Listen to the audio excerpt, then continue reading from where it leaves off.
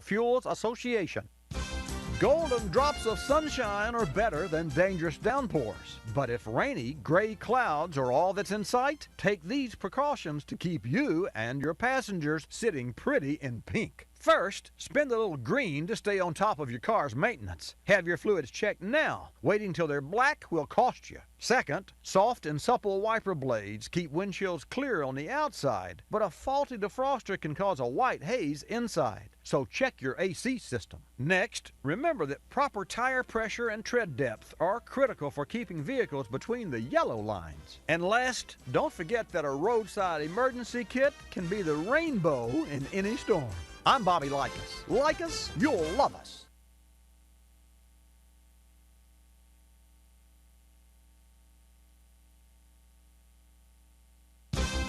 Hi, I'm Bobby Likis with another Car Clinic Minute. Who travels 500 miles but never farther than 100 yards? Another clue? Most visit hundreds of banks, but when counting cash, some get little, several get more, and a few get very rich. The answer? When I come back.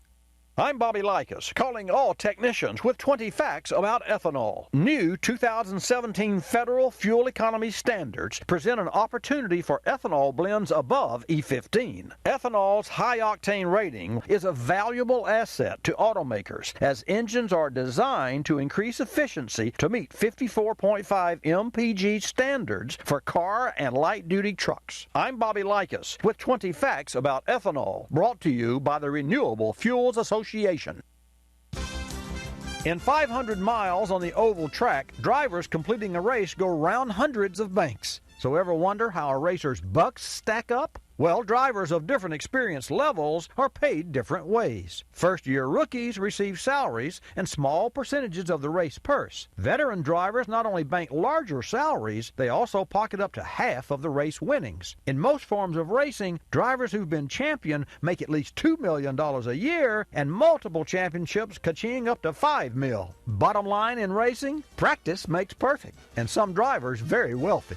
I'm Bobby Likis. Like us, you'll love us.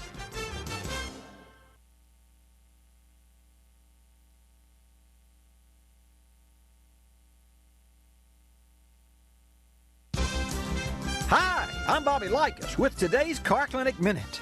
Trolls charge them to cross bridges. Banks levy them to use ATMs. But I know an automotive fee that's next best to free and good for the environment. When I come back, I'll tell you all about it. I'm Bobby Likis, calling all technicians with 20 facts about ethanol. The Department of Agriculture determined ethanol's energy balance to be 1.7 to 2.3. That's to say, today's ethanol production yields nearly twice as much energy as it took to create. Also, in 2011, ethanol use reduced tailpipe CO2 equivalent emissions by 25.3 metric tons. I'm Bobby Likis with 20 facts about ethanol, brought to you by the Renewable Fuels Association. Believe it or not, there's a fee that keeps two things green: your wallet and the environment. When purchasing a new battery for your vehicle, a core charge levied by the government is collected by retailers. So where's the good news? Trade in your old battery and the fee's waived. Or if you forget to bring it with you, just return it later and the core charge will be cheerfully refunded. An environmental bonus: used batteries kept out of landfills are collected from retailers and recycled. I'm Bobby Likis. Like us, you'll love us.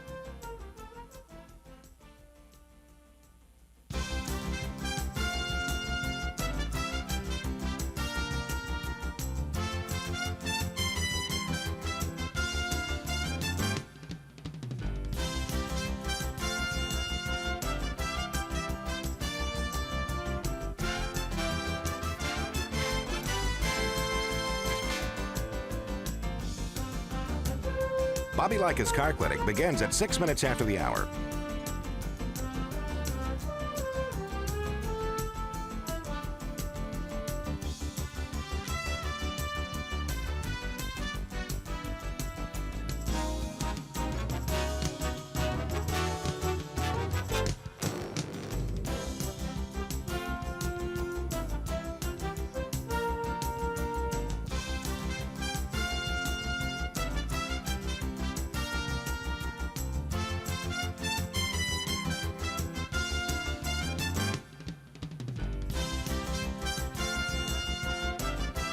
Bobby Likis Car Clinic begins at 6 minutes after the hour.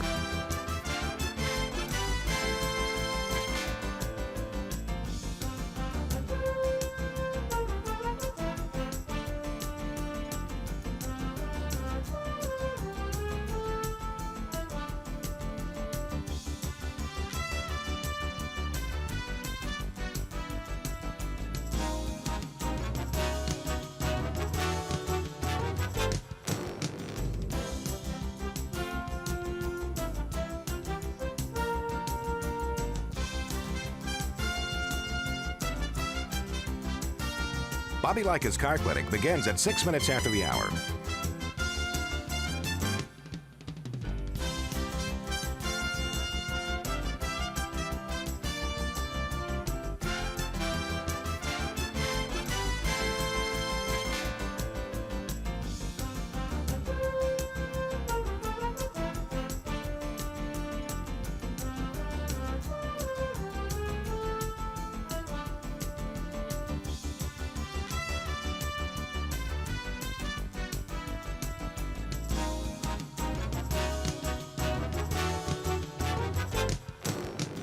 Bobby Likis Car Clinic begins at 6 minutes after the hour.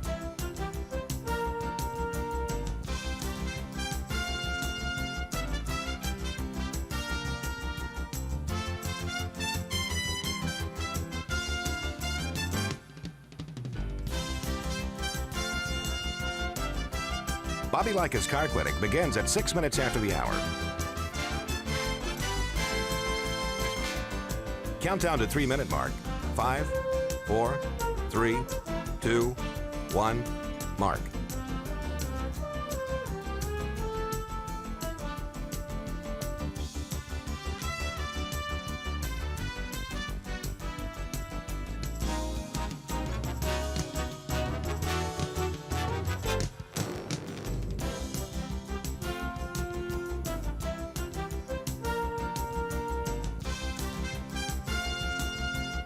Bobby Likis Car Clinic begins at 6 minutes after the hour.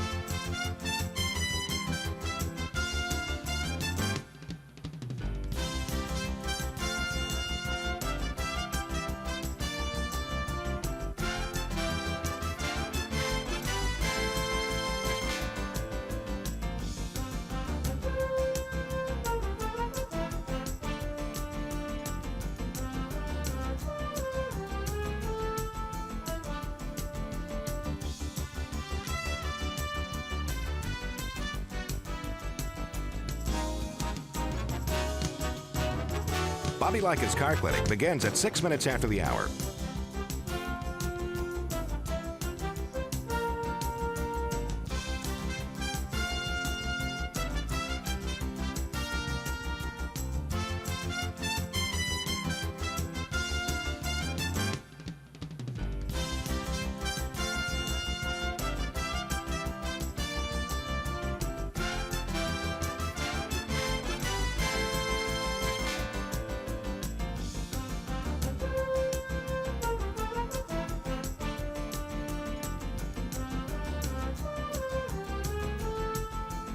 Bobby Likis Car Clinic begins at 6 minutes after the hour.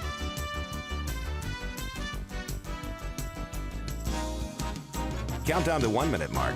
5, 4, 3, 2, 1, mark.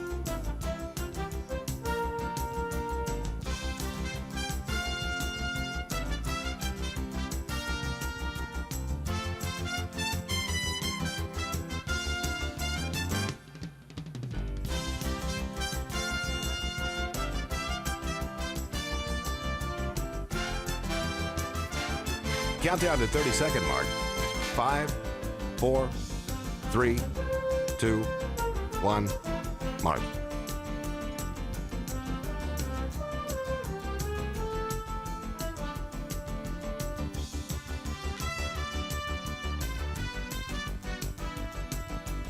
Countdown to 10-second mark. 5, 4, 3, 2, 1, mark.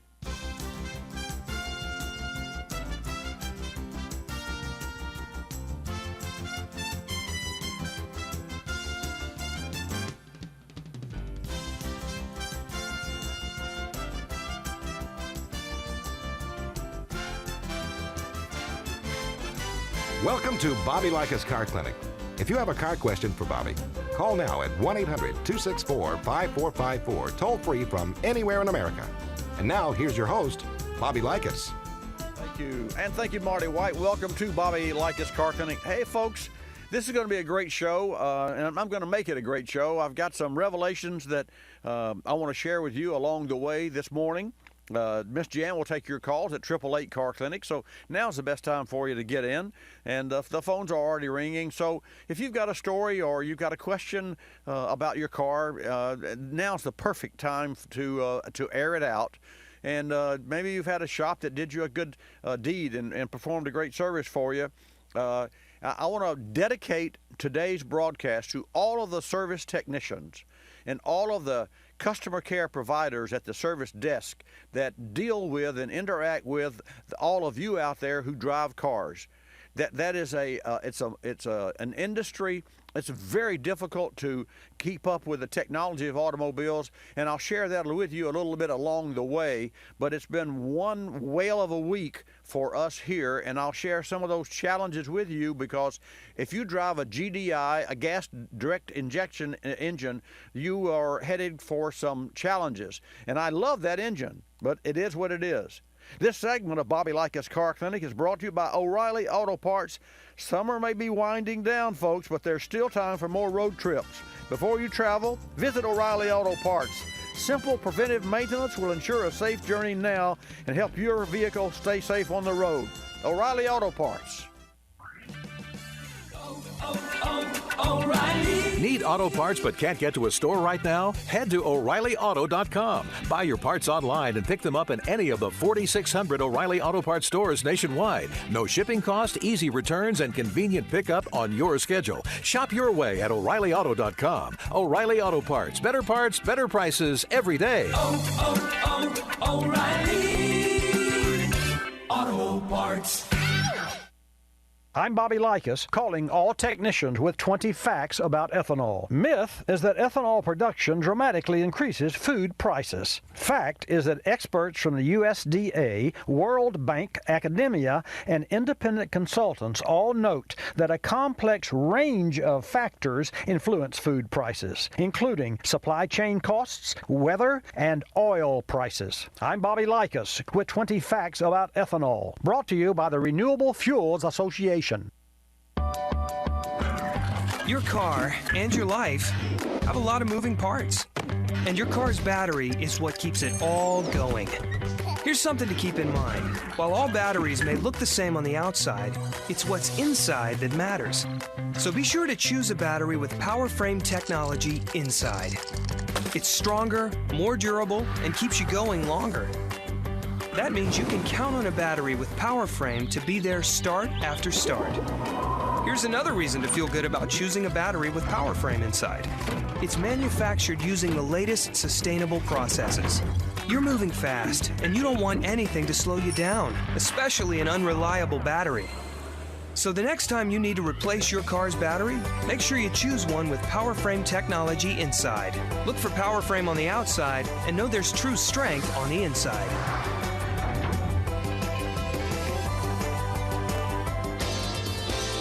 You're listening to Bobby Likis Car Clinic. P-Ricey Outfitters, I'm Tina. How can I help you? I'd like to place an order. Great. Which item? The cotton roll neck sweater, large. Okay. Periwinkle, Loden, or caramel? The caramel, please. The what? I'd like it in caramel. Oh, the caramel? Yeah, that's what I said, Tina. Actually, you said caramel when it's pronounced caramel. Can't we just call it yellow? No. Everyone knows the best part of a Milky Way. They just don't know how to say it. After all, it's our caramel. It's caramel. Ugh, that makes a Milky Way great. You start my morning, you stir in my soul, you warm my heart, make me feel whole. Your aroma calls me, starts my morning, happy morning. Your name is Folgers Mountain Grow, now you're here. Your aroma helps me wake and the day is mine to take. The best part of waking up is Folgers in your cup.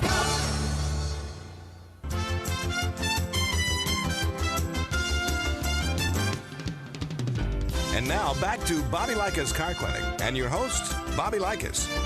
And I want to welcome you to today's edition of Bobby Likis Car Clinic, a great program that we have lined up for you. And how do I know that? Because I'm here to make the wheels turn, and that's my job.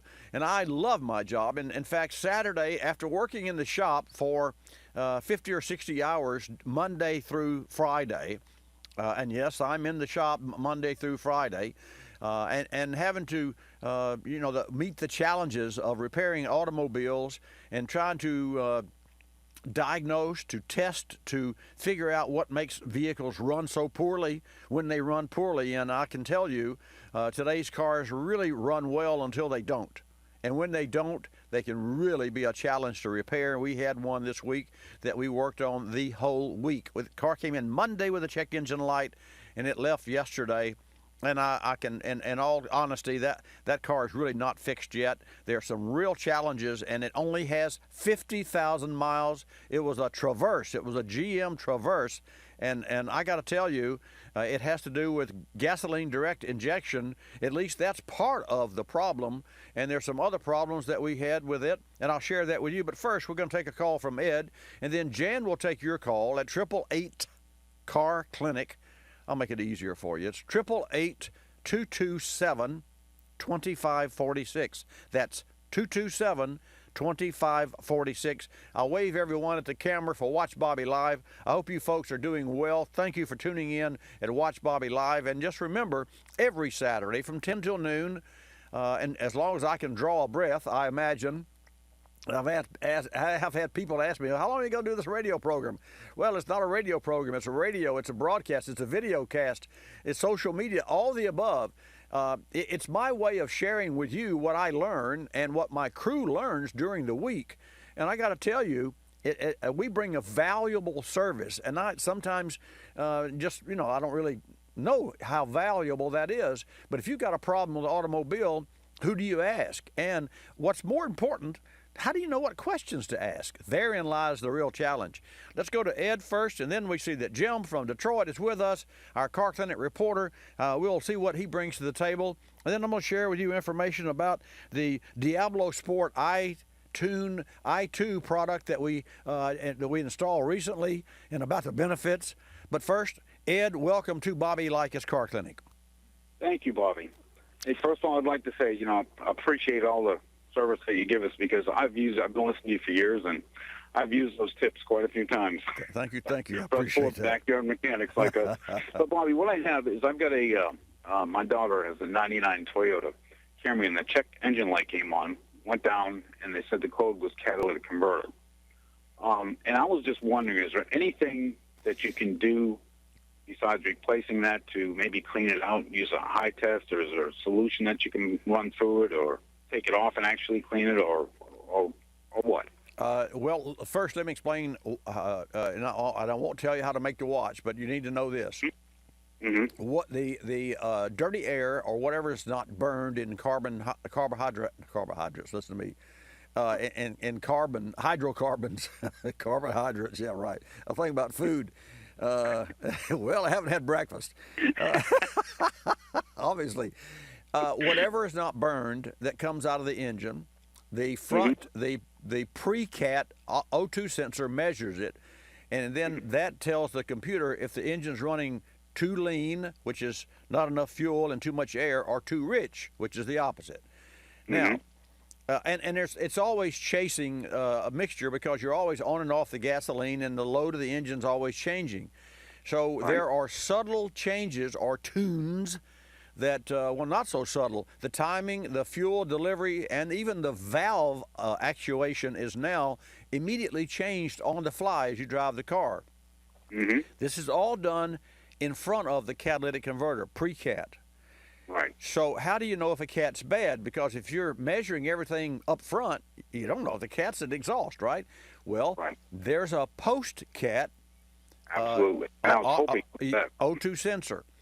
So whatever bad stuff comes out of the motor, and I say bad, it's just not as clean as the cat can clean it because there are chemicals in the cat, and the cat's an afterburner. So if we measure, and it's measured by voltages, and if we measure the dirty air in front of the catalytic converter, it will be up and down. In other words, in stoichiometric, which means 14.7 parts of air to 1 part fuel, is the perfect air-fuel ratio. So we know that if we get a half a volt or 3 millivolts too rich, half a volt's perfect. 500 millivolts is perfect. So if we go to 700 millivolts, it's too much fuel. So immediately the O2 sensor reads that, and the computer will shut down, will shorten the pulse width of the injectors. Okay, you with me? Yeah. All right. Sure, Now, if when it does, it overcompensates, and so it goes too lean. And when it goes too lean, the O2 sensor says, now I'm at 3/10 of a volt instead of 3 millivolts instead of 5 millivolts or 500 millivolts. So it's too lean. So the computer says, okay, and it fattens it up. So lean rich, lean rich, lean rich. And you can actually, in any automobile and park with the engine at operating temperature, Ed, you can hold the throttle with the AC off. So you got nothing that's drawing any current or any horsepower. And you can hold your foot at, say, 2,000 RPM and watch the gauge. And it will not stay at 2,000. It will go 2,000, 2,100, 1,900, 2,100. And the reason is that it is that it's running rich, lean, rich, lean. Of course, the engine loves to run rich, but that's dirty air.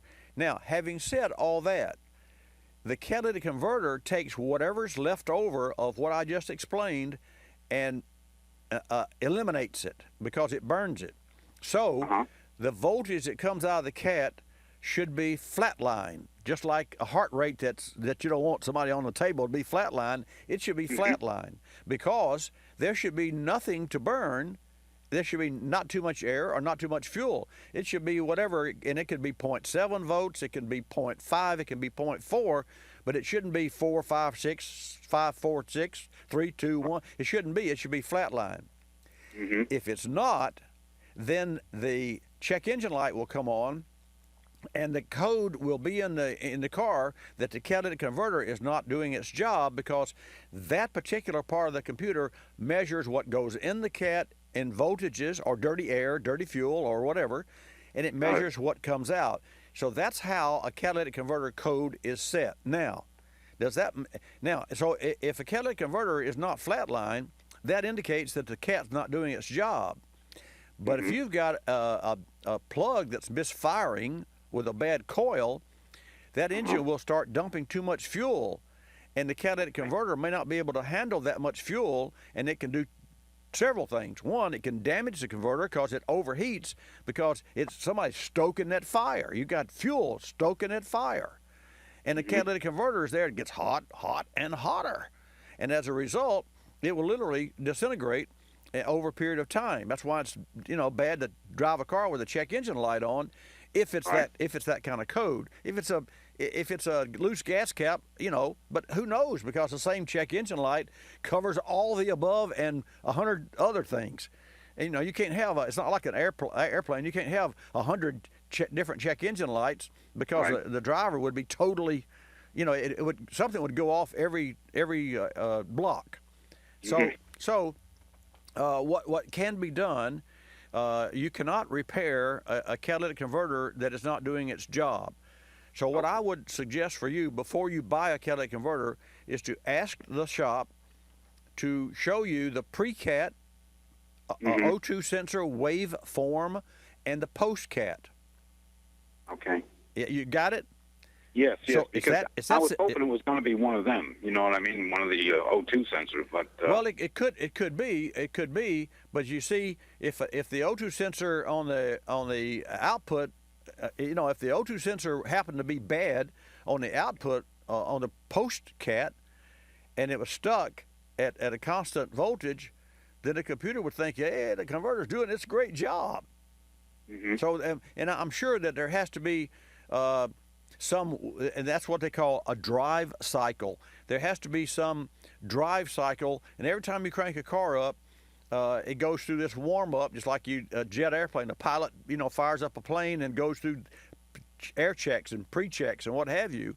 And then the old style prop planes have the dual magnetos, and they'll go left mag, right mag, and check those check for fire for backups.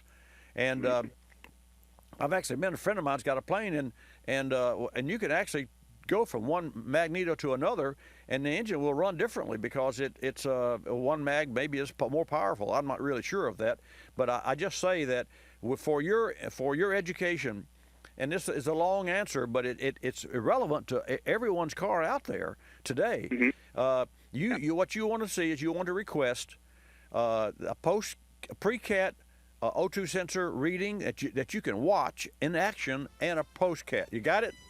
Absolutely got it. Thank you, my Bobby. friend. Thank you for your kind words. Folks, we're going to take a break. Come back, 888-227. This Tire Maintenance Minute is brought to you by General Tire and the Ultimax RT43. Featuring replacement tire technology, the Ultimax RT43 lets you know if it needs replacing. Ultimax RT43, a smarter tire for a smarter driver.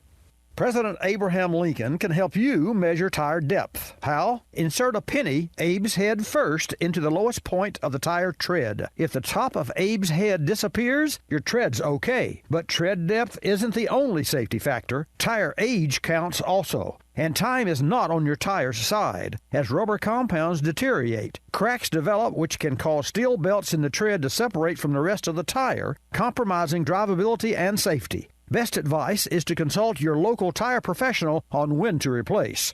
General Tire's Ultimax RT43 actually extends the life of the tire by visually identifying vehicle misalignment. Talk about a smarter tire. For more, visit GeneralTire.com. We're going to provide some more feedback this week on the Diablo Sport InTune i2 Performance Programmer. After a very easy installation, we were set to tune and test. The improvements were drastic and so obvious. Throttle response increased dramatically, and our tune generated more low and mid-range torque. Cold start and off-the-line response was crisper and cleaner. The transmission shift points and quality stepped up a notch, too. Wonder how your vehicle's iTune is performing? The iTune provides an easy way to find out. It actually retrieves diagnostic data you can export to a PC and play back on Diablo Sport's data viewer logging software. Regardless of your vehicle, you can buy additional licenses to tune any vehicle supported by Diablo Sport. We'll have more information about the InTune i2 in the coming weeks. In the meantime, drive to DiabloSport.com, and while you're there, check out the sizzling savings rebate going on through August the 31st, where you can receive money back on the InTune i2 and Trinity Performance Programmers. That's DiabloSport.com. You're listening to Bobby Likis Car Clinic. The airlines like to have sales. Summer getaway sales, holiday sales, winter sales. Truth is, at any moment, some airline somewhere is on sale with low fares to great destinations. Travelocity knows exactly what's going on, who's on sale, to where, and when, at over 700 airlines worldwide. We even have this nifty feature that lets you look at a calendar so that you can see exactly the days the great fares are available. Travelocity.com. Go virtually anywhere. AOL keyword, travel. Hun, guess my temperature. It's 2 a.m. Go to sleep. Come on, one guess. I'm 98. Higher. Higher, 99. You're getting warmer. Wait, I'm getting warmer. Cold symptoms keeping you from getting a good night's sleep? Get NyQuil, the nighttime sniffling, sneezing, coughing, aching, stuffy head, fever so you can sleep better to feel better medicine. Use as directed. One more guess. 100? Yes. Tell her what she's won, Bob.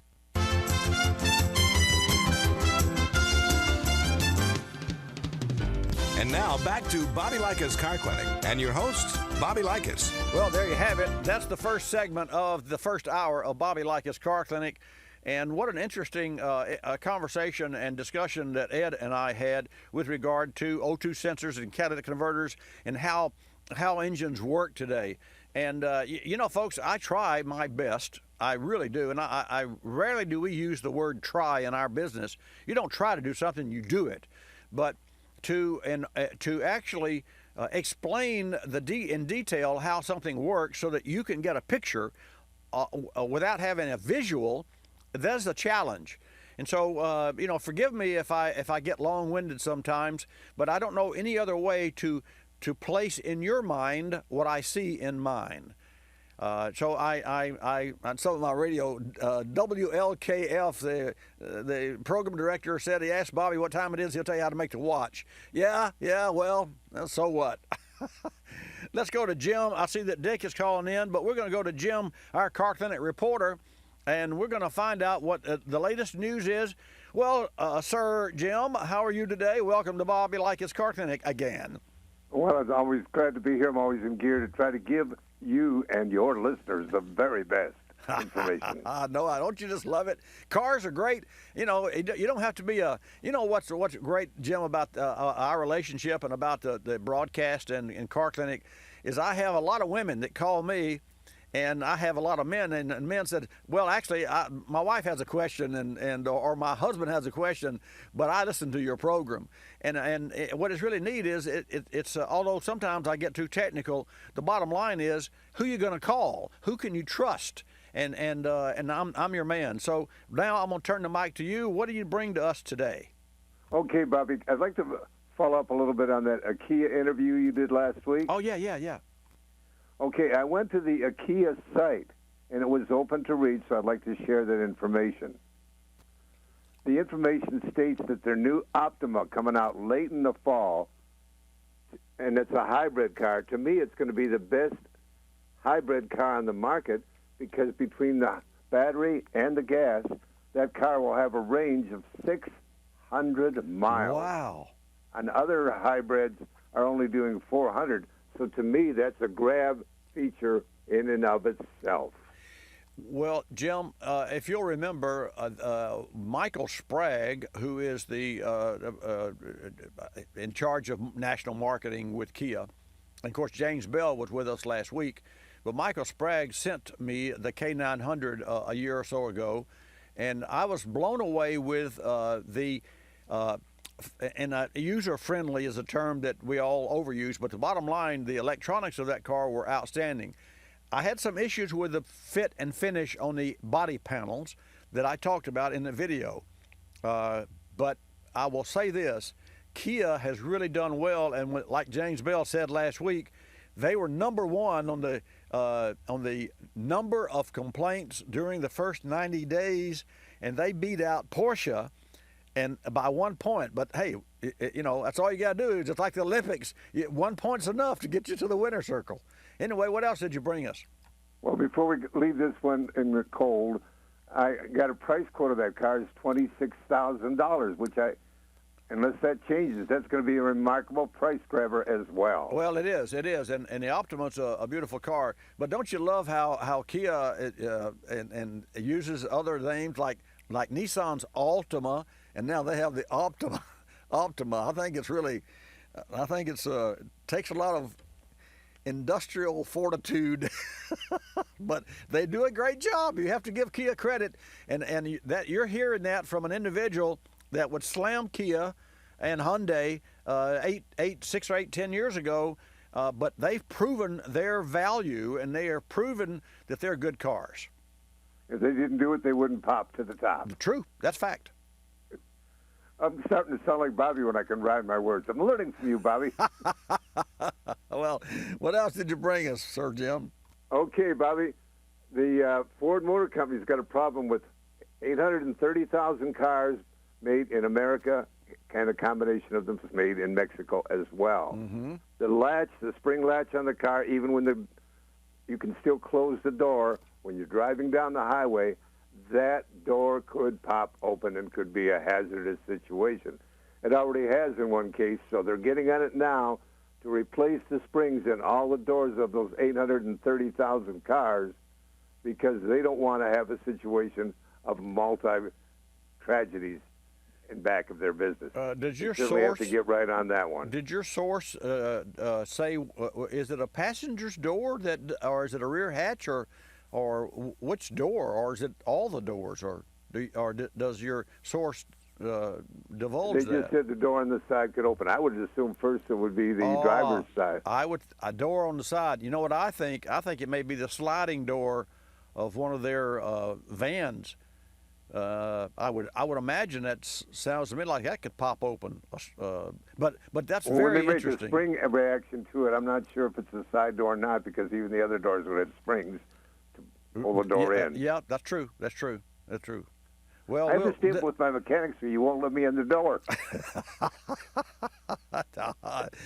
Yeah, well, hey, drive a Ford, and you can always get out of one. Well, that's true. Oh, but, that's bad. That's bad taste there. What else did you bring? What else do you have, sir? Okay, we're going to what else all the time. And hacking is still a priority that we can't ignore. They've already been able to hack cars fully in motion on the highway. And that means we've got to keep a constant vigil with all manufacturers, because when that happens on the highway, it's most hazardous when you're going a highway speed and all of a sudden somebody else is steering your car. You don't even want to think of such a frightening situation. You're right there. Was it Apple this week or was it Tesla? I think it was Apple this week that was advertising they'd pay $200,000 for someone to come in and hack their product. I read that somewhere, but that's really interesting. And we've had throughout our 25 years in this business, we've had many interns. One intern, he was a real brainiac. He actually went to work for the CIA from here. Another went to work for Delta. Tony went to work for CNBC in Connecticut. So we've actually, quite candidly, between anyway, to make a long story short, we've had some really great brains to come through our company and to produce this program as we go along, because what we do it in real time, and that's no easy feat given the fact that you're having conversations with people from all over the world, which now the phones are all lit up, so we got to eventually go here. But the bottom line, one of our young interns was a computer, you could call him a computer geek. He was really, and I said, how did you learn this? What did you do in school? He said, well, they taught us, our goal was to hack computers, was to go in and try to hack the computer. And that's the way, only when you go to the dark side can you figure out how people that are on the dark side get into the light side. Does that make sense? Yes, it does, Bobby. Yeah, it's true. It's true. Well, in the time allotted, what else did you bring us? I'll make it short because you're piling up with phone calls. Okay. The new Corvette, which will be out in 2019, is strongly rumored to have an engine right behind the driver's seat. Yeah. Well, what else? I got to tell you, I was never a Corvette fan until this new Corvette came out, and I think it's drop dead gorgeous. And I've interviewed a lot of GM people, as you know, historically. But I got to tell you, Ferrari better look out, because here we've got a Corvette. And of course, a Corvette loaded today is $100,000. The Viper is 120, which that didn't work because they didn't sell those. They're going to quit making the Viper again, and I think for good this time. But the bottom line is you can't stretch that rubber band. I mean, the truth of the matter is that the folks that have the wherewithal and the finances to buy a Ferrari will buy a Ferrari at $175,000 to $250,000 to $300,000 or whatever. And then there are other folks that maybe you can stretch their budget and buy the $85,000, $90,000, and $100,000 Corvette or Viper, but you can't get much over $100,000. We know today that $100,000 will buy you the finest Corvette on the planet, and they are fine. But the mid-engine Corvette is now going to be stepped up, so it'll be curious. I'll be watching the price point, but I can tell you that's going to be a whale of a car. That's a first for GM So I would imagine, unlike what I normally would suggest, I'm not sure that I would buy the first year that car comes out, because that's a whole new genre. It's a whole new segment for GM.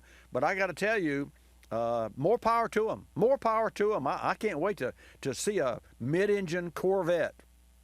Well, the next step is a Cadillac sports car that's going to jump off of that, according to the report. With that said, keep the gear to the floor, and we'll do more next week. Okay, my friend. Thank you so much, Jim. Great day today and great reports. Have a great week and stay healthy. You too, bye. Okay, we'll take a call now from Dick in New York. Dick, welcome to Bobby Likis Car Clinic. Folks, Dick has a loss of power with a 93 Cadillac. So, Dick, again, welcome to Bobby Likis Car Clinic. Tell me about your problem. Well, what basically happened was we had bought a brand new 93 Cadillac in 93. Probably after 6 or 7 years, the car seemed to bog down, so we took it to a repair shop, and they put a catalytic converter on it. So anyway, we drove it around, and then all of a sudden it started, when you went up a hill, boy, it would bog down, something terrible. So we decided to take it back to the dealership, which is like 43 miles away. Right. It took us well over an hour and a half to get there because we'd have to pull over all the time. Jeez. So when we got there, they said, well, whoever put the catalytic converter on put the wrong one on. So I says, okay, drill a little hole before the catalytic converter. And they refused at first, and finally I says, it's my car, drill a hole there. So they drilled a little hole before the catalytic converter. Coming home, boy, that car ran like a rabbit, go like crazy. Did I do any damage to it? I don't know. So when I got home, I took it to another place we deal with, right, and they said right away, this is the wrong catalytic converter. They put another one on, and the car's been running terrific since then. Well, you know what? That's amazing to me because, number one, all catalytic converters that are sold in the aftermarket, these are not OEMs, but in the aftermarket, are federally mandated to pass tests. It is possible that you got a bad catalytic converter. To have a wrong catalytic converter is almost impossible, and let me tell you why, Dick. A catalytic converter for any car all looks the same on the inside, for the most part. There's three-way cats and what have you. So, you know, it'd be interesting to me, but did you do anything wrong? Hold through the break. I'll come back and tell you. Whether driving for sport or from A to B, your vehicle needs to perform, often in an instant. Stant brings original equipment expertise to their line of quality aftermarket products. Today's Instant product spotlight is on Stant thermostats. Proactive trumps reactive in both the human and automotive bodies. So when replacing your vehicle's coolant, proactive vehicular health calls for a new thermostat. Reach for the thermostat professional installers prefer. Stant. Stant's premium grade USA-made Superstat thermostat has a heavier gauge stainless steel housing and larger heat motor for better temperature control. Heavy-duty springs help return it to a closed position to prevent cold running. And Stant's patented weir valve construction gets coolant flowing as the thermostat starts to open. This helps the engine get to peak operating temperature quicker. Stant Superstat thermostats come with a limited lifetime warranty. Just hold one. You'll feel the difference. Drive to Stant.com to learn more or find them on Facebook. You're listening to Bobby Likis Car Clinic. Waking up can be a chore, but mornings knocking on my front door. Know just what I'll do. Put on a pot of Folgers brew. Mountain grown aroma hits the spot. Helps me give all that I've got. An opportunity to start out smiling and happy. The best part of waking up is Folgers in your cup. I'm privileged to be involved with Capstone Adaptive Learning, formerly known as United Cerebral Palsy, for over 25 years. Since 1953, Capstone has provided quality care programs for persons with developmental disabilities like autism, cerebral palsy, Down syndrome, and intellectual disabilities. Dr. Sherry White with her team are dedicated to Capstone's clients, and 100% of your contributions stay local to serve those in this community. Go to capstoneadaptivelearning.org to see the difference Capstone makes. Technology moves at the speed of innovation, and today, that's lightning fast. So when you get your hands on the latest tech, don't forget to do the right thing with your old devices. Recycle them. The Consumer Technology Association and its members are making recycling your old tech device as easy as purchasing new ones. Just go to greenergadgets.org, type in your zip code, and you'll instantly find the responsible recycling location closest to your home. You'll also find lots of tips to simplify your recycling, like asking the store where you buy your new TV if they'll haul away your old one. Television sets, video game consoles, smartphones, tablets, they're all recyclable. Don't let them clog up your local landfill. Just visit greenergadgets.org. You're sharp enough to get the latest tech tools into your home. Now be responsible enough to get your old devices to the recycler. That's greenergadgets.org.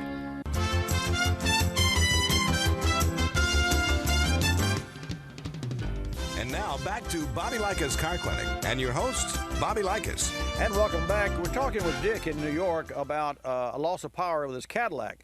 And he had a converter replaced, and they put it on because it was stopped up, and obviously, and it didn't work. And he drove to, it took him an hour and a half to go 40 miles, and went to the dealer. And then dealer, I guess, Dick, the dealer didn't have one, or No, we took it there to see if they could diagnose what was wrong with it. Okay. And they thought it was the catalytic converter, the wrong one. So anyway, like I say, they drilled a hole, or I had them drill a hole before the catalytic converter. Okay, all right. That's but here's another story. Now, back in 1978, I bought a brand new Buick, and they had a test pipe where you could take the catalytic converter off and put a test pipe in its place.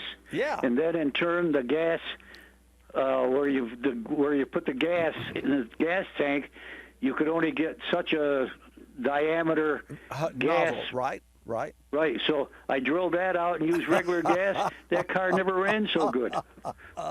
You're bad, man. You're bad. You're telling all the secrets of our industry here. That test pipe, that was like saying, okay, this is, I won the East Coast region for Bosch, and Gernot K.D. Hecht was the German that I connected with in Germany. And he sent me some fuel injector test fluid, and it came in a tube from Bosch. I shouldn't tell this story, but that's okay. And so I got this tube, and it said Bosch fuel injected test fluid. And I opened it up, and it was Jägermeister. Of course, to drink Jägermeister, you have to hold a gun on me, but I'll do it. But that's about the only way. Anyway, getting back. You have a good life, Bobby. Thanks for the information. Now, wait a minute. I got a question for you. Okay, go ahead. How can you drill a hole in front of a catalytic converter that's the size of an exhaust pipe? Because if you drill a hole with a drill, I'm thinking of a half-inch hole. That's not going to help an engine. Oh, no, it wasn't a half-inch hole. Guys, more like, say a 16th. Oh, my. Well, and I'm telling you, my wife is right here, and she'll say the same thing I did. That car ran crazily coming back. No problem at all. That is crazy. No, go like the devil. We're going up there. You had to stop every now and again, and I thought what the purpose was, the catalytic converter was heating up or something, or filling up or something. I'm not a diagnosis individual, but coming back. Like a bullet. Well, good for you. Hey, thanks for sharing that story and those secrets about both of them. Yeah, both of them. Okay, have a good life. We'll talk sometime. Thank you, Dick. Bye now. Bye.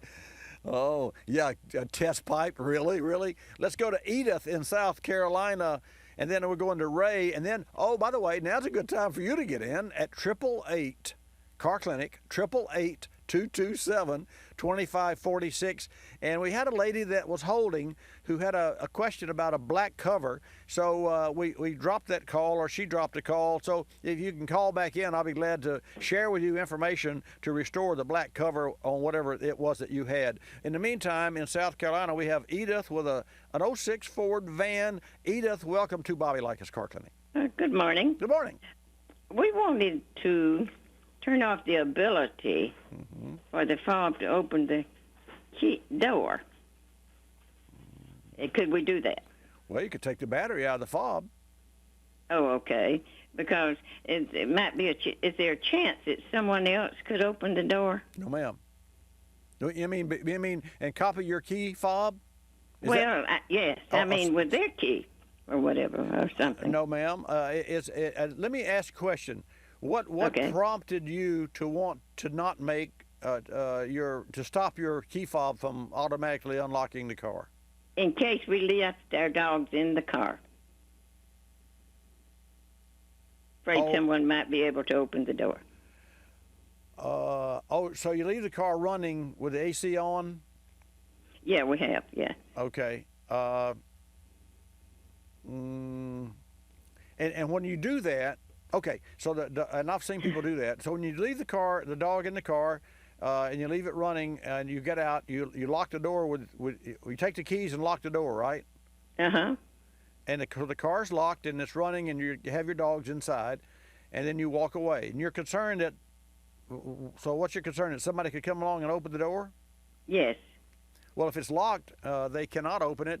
And if you have the key fob in your possession and you walk more than 3 meters away, or not 3 meters, 30 meters away from your car, well, if you've got the key fob in your possession and don't unlock the door, somebody else can't use their key fob because it will not work. Those are all coded to the security system of your car. And that doesn't have. It's like driving down the street and working a garage door opener, and the only garage door it's going to open is yours, because quite candidly, every time you open your garage door, it changes the code. That's the way they. Well, years ago, ours would open when another person opened theirs. Well, years ago, that's right, and they changed it, and they changed it so that it has now it's random. But every time you, in fact, there have been many people that I've helped, including myself, to learn this, how to program a new car to your garage door opener, because you only got 30 seconds to push the button, to get to the door, yada, yada, yada. But in a car, that's not the case. In a car, your key fob is programmed to your car, and so you don't need to take your ability to unlock and unlock the door away. That is not the right mindset, okay. and I would urge you not to do that. Yeah. I would just inform you that if that's not necessary, you lock it. Nobody's going to get in the car unless they break a window or. So you'll be okay. Okay. Okay. Thank you. You're welcome. Well, I got to say that's very interesting. That's the first time I've ever had that question to pop up, and I've answered more than 100,000 questions, and some correctly. 888-227-2546, South Carolina. Ray, welcome to Bobby Likis Car Clinic. Ray is glad to have you join us. And Ray has a 2000 TNC Town and Country. And so what's your challenge with it, Ray?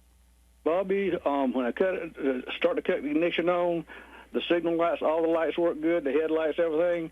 As soon as I hit the ignition to crank the car, it kills the battery. I can cut it off again and do the same thing. The signal lights work, everything, radio, everything works good. And as soon as I hit to try to crank the car, it kills the battery. It maybe turned one time and it goes click, click, click, like the battery's dead. Have you had the battery tested electronically? No, it's at my house, and I haven't taken it out to have it tested. Okay, let me say this: a battery can make the lights work. Gosh, we had this. Oh gosh, let me think. We had a car out front that was here. Yes, we had. Yes. This week, we had. Well, 3 weeks ago, I got a call from a gentleman that says I got a Mercedes and it's not cranking. And he said, you worked on this car before, but he had a different name. And so finally, I after talking with him, I was able to find the car, and because it belonged to someone else. And it was his girlfriend's car. And the bottom line, he said it's erratic and it's cranking. So I made an appointment. Well, he didn't show. That's not a good way to start off a relationship, but that's okay. So he calls me a week later and he said, well, I'm still having trouble with the car. I said, well, where were you last week? He didn't show. So I set another appointment. Well, next thing I know, the car's out front and they had to get a wrecker. He calls and he had to get a wrecker to get it towed in because it was stuck in his garage. He couldn't get it out. Right. So he called me and said, how do I get it out? I said, just call the wrecker. Those guys can work magic, and they can. And so they brought it. The challenge was they didn't put it out back because our back property is sloped, and I made it that way on purpose so we can roll a car that's AAA towed into the shop. is out front. It rolls downhill. We can't push a car uphill. So anyway, they went out, and he turned the key on. The headlights worked. And you go to hit the starter, nothing. No click, no nothing. No nothing. And so we just said, well, this is a bad starter, or a bad circuit, or a lockout circuit, or a security circuit, because the starter didn't even go click. So we said, well, okay, we don't have a way to pull it in, and to push it as a manual labor uphill is not good for my guys. It's a good way to hurt your legs. So what we did was we took a jumper out just on a whim, because the lights worked and the horn worked and all that. Lo and behold, we put a jumper on it. It fired right off and pulled inside. It was not the starter after all. It was the alternator. The battery had 7.4 volts in it, which is enough to make the lights come on. Of course, daytime, you don't know how bright they are, but they would come on. And it made all the dash lights light up every time you hit but it would not trigger the starter, because the starter had a lockout device that if it's below whatever threshold, 8, 9 volts, that it's not going to try to make the starter work, because a low voltage will burn up a starter. So, I mean, you could take a brand new car and put a weak battery in it, go and that slowly burns the windings up in the starter. So the bottom line, we pulled the car in, and then, I don't know, an hour or two later, I asked Brennan, my general manager, I said, well, what was wrong with the Mercedes that finally showed up? He said, it's an alternator. I said, no. I said, the car had a starter problem. He said, yeah, Bobby, let me tell you the rest of the story. And sure enough, it had an alternator that wasn't charging. So I said all that to say to you, proper testing is the only way that we were able to find. And I was in my own mind, Ray, I was already set that, this car needs a starter, because the person that I had talked to 3 different times said it won't start, it won't start. Well, it won't start for a lot of reasons. The starter was not the problem, it was the alternator. Well, Bobby, I've had one of these little battery chargers. Yes, not sir. one you hook up when you can charge the battery and then just hook it up. Right. And it does the same thing with that. Well, do you have a commercial battery charger or just a trickle charger? It's not one you got plugged in. You charge the battery and you can carry it around with you, and then you just hook it up and not hooked up to anything.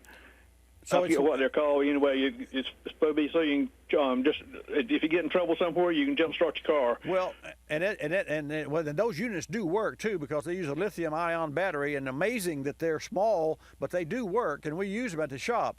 Well, it sounds to me 2 things. Number one, yeah, you could have a starter problem. Right. And the fact that it goes click, click, is a low voltage.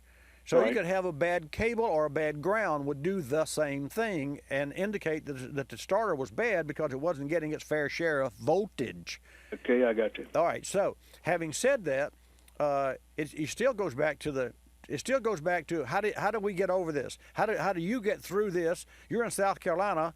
I'm in the center of the automotive universe, so we're worlds apart. Here's where the commonality comes in: proper testing. So you got it. You have to. Yeah, I go back to what I would do if you were in my shop right now. That I would get out my handy dandy tester, and I would test the battery, and I would load test the battery. And I will tell you, we have another car. Let me share a quick story with you. And folks, this is really interesting because it affects you as well. Maybe not today, but when you have a dead battery, it will. So it's worth a listen. We have a car in the shop that belongs to a nice lady that has a lot of cars. She's retired. She doesn't drive often. And this car has a new battery, and it's an AGM battery, so it's a glass mat battery. And it's a really great battery that we put in the car, 6 or 8 months or a year ago. I don't know. But anyway, long story short, it came in a dead battery. Of course, she doesn't drive the car, and that's the reason the battery was dead, at least we thought. So I have, for use on my collector cars, my Porsche, my Viper, and my trailer, I have this extreme unit that I've talked about on the air that's a computerized, and it's not a trickle charger, it is a computerized charger that pings the battery every 20 seconds and determines the state of health of the battery. And if it's charged, it doesn't charge, but it desulfates and decalcifies the plates because it has alternating currents. So It sits there going back and forth with 3 little LEDs, up and down, up and down, up and down. And then every 20 seconds, the battery test comes on. And then there's a 25%, 50, 75%, and then 100% and 100% charge. So we hooked up after we charged her battery, and her car has a cutoff where you open the deck lid and you switch off the so I know there was nothing drawing the battery, because it's like taking the battery out of the car, because I turned the car off. Right. I hooked up my handy dandy unit that I've used for 8 years on all my classic cars, and her battery, after a week, would still not go above 75% charge. So I said, well, maybe this unit doesn't charge AGM batteries, but I've got an AGM battery in my Viper because I don't want to, it's hard to get to the battery. So I plugged my unit back into my Viper, and of course they all start off at 75%, and in the morning, there it is, 100%. So it's cool. So then we took a brand new battery, just like it's in her car, and hooked up our trickle charge to it, and it was a brand new battery. It started off at 75%, and it wasn't overnight, because this is a real moderate, mild charger. Next morning, that AGM battery came up to 100%. So that told me that it wasn't my unit. It told me something was wrong with that battery, and yet our tester said her battery is okay, but it wasn't okay. And I found that it wasn't okay because my computer battery maintainer, trickle charger, you could call it that, but it's more sophisticated than that, would never see 100%. So while I don't know what is wrong inside her battery, I warranted her battery anyway, and we're just going to put another battery. We've got it still out there, and in fact, it's still hooked up to my little trickle charger right outside. And there, I called it a trickle charger, but anyway. So, I understand, yeah. So anyway, testing, get it tested. That's what you have to do. And don't throw parts on it, and don't take anything off the car to have it tested. Test it in place, because that's the only way you can properly test electronic circuits. And with that, I'm out of time. Bobby, thank you so much. Thank you, Ray. Bye-bye. Folks, gas prices I'll have to give to you during the next hour of Bobby Likis Car Clinic. Also, I invite you to call in during the next hour coming up of Bobby Likis Car Clinic at 888-227-2546. I'm Bobby Likis. Like us, you'll love us. This is Bobby Likis Car Clinic. Bobby Likis Car Clinic is a copyrighted presentation of Car Clinic Productions Incorporated and may not be reproduced or rebroadcast without the express written approval of Car Clinic Productions Incorporated.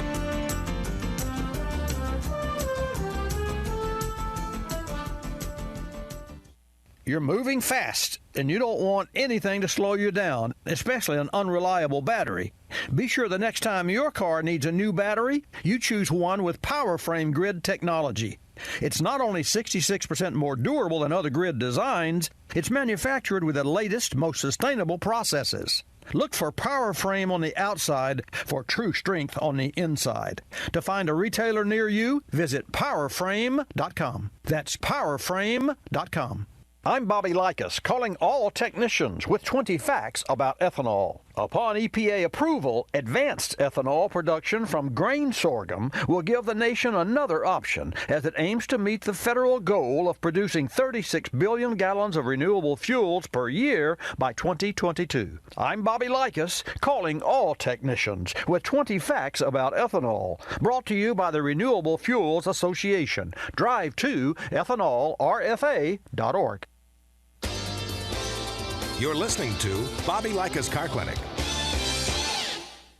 If you're familiar with the cultivated section of the newspaper, you probably understand this message quite well. You see, in the cultivated section, everything gets abbreviated. Consonants, vowels, prepositional phrases, the very building blocks of our language are thrown right out the window. And that makes it difficult when you're trying to sell your car. You've got a limited amount of space to work with. And by the time you abbreviate the description of your car down to a couple of fragmented sentences, it sounds less like a car and more like a Bluck sedan with sniffed like new condition lemurs. No wonder more people are selling their cars through eBay Motors. They can post unlimited text and photo descriptions, and with a nationwide marketplace, they're likely to sell it for more. Plus, both parties can be covered by eBay's Vehicle Protection Program. Buyers are happy, sellers are happy, and no one's abbreviating. eBay Motors, a better way to sell your car.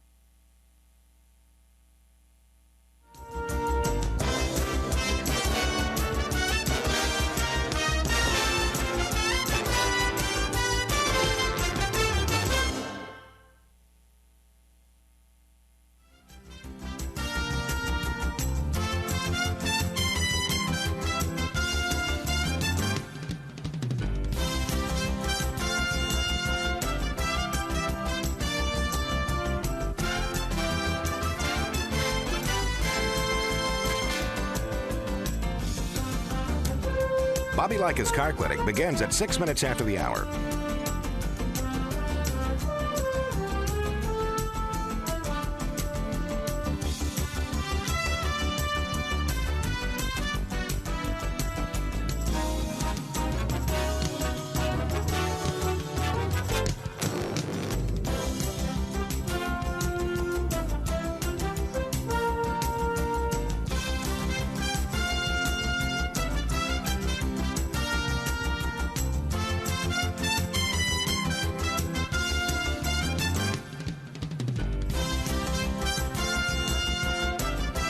Bobby Likis Car Clinic begins at 6 minutes after the hour.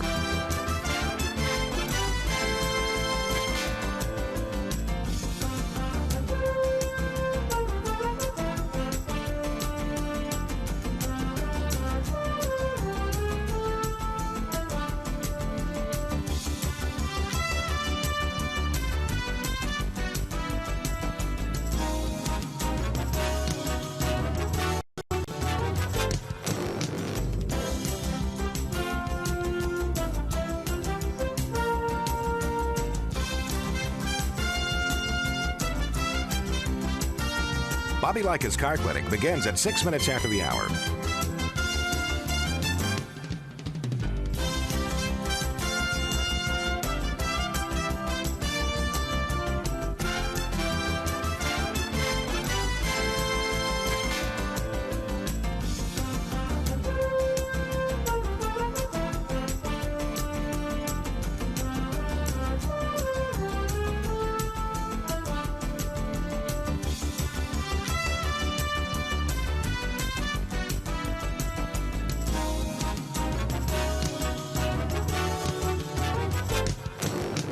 Bobby Likis Car Clinic begins at 6 minutes after the hour.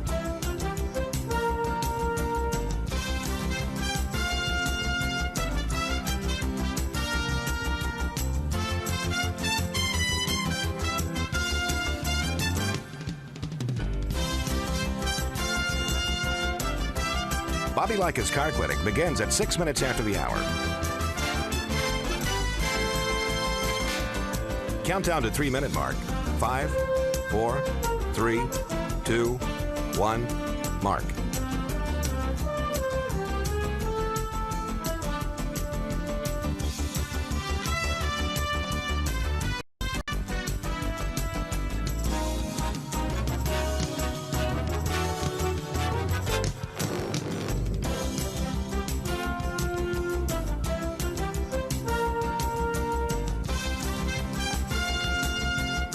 Bobby Likis Car Clinic begins at 6 minutes after the hour.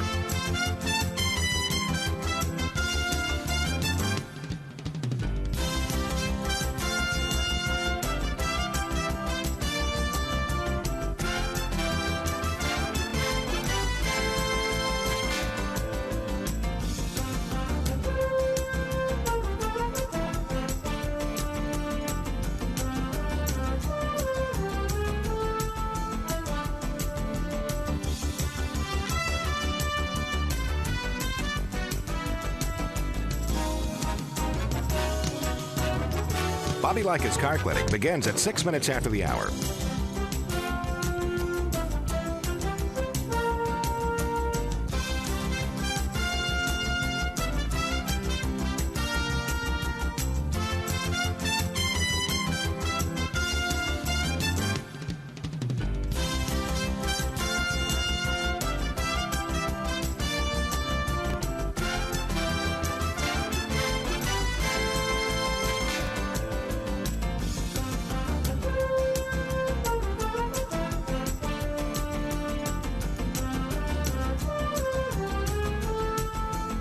Bobby Likis Car Clinic begins at 6 minutes after the hour.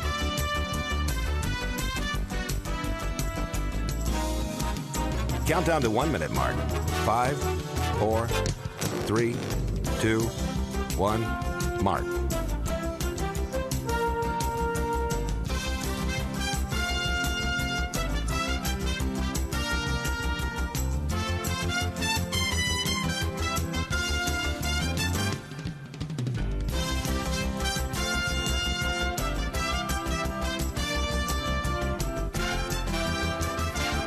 Countdown to 30-second mark.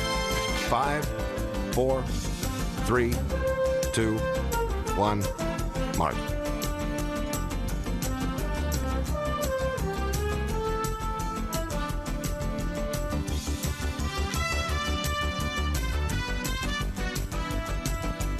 Count down to 10-second mark. 5, 4, 3, 2, 1, mark.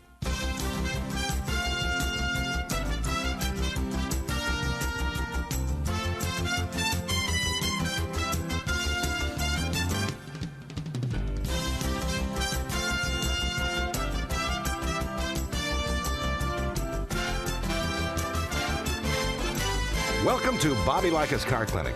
If you have a car question for Bobby, call now at 1-800-264-5454, toll free from anywhere in America. And now, here's your host, Bobby Likis. And thank you, Marty White. Also, we're opening the 888 number, which is a little easier for you to remember. It's 888 Car Clinic. That is 888-227-2546.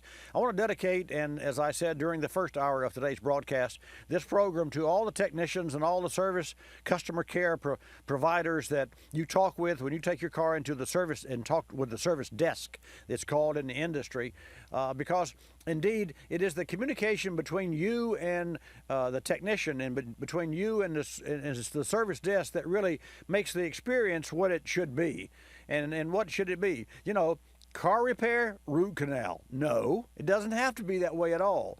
But it can be, because cars can really be most difficult to work on. This hour, I'm going to share with you a continuing story that I've had this week on a vehicle. It's about gasoline direct injection, and about how one of my local service providers and product providers came to my aid and my rescue and helped me to help one of my customers. This segment of Bobby Likis Car Clinic is brought to you in part by General Tire and the Ultimax RT43.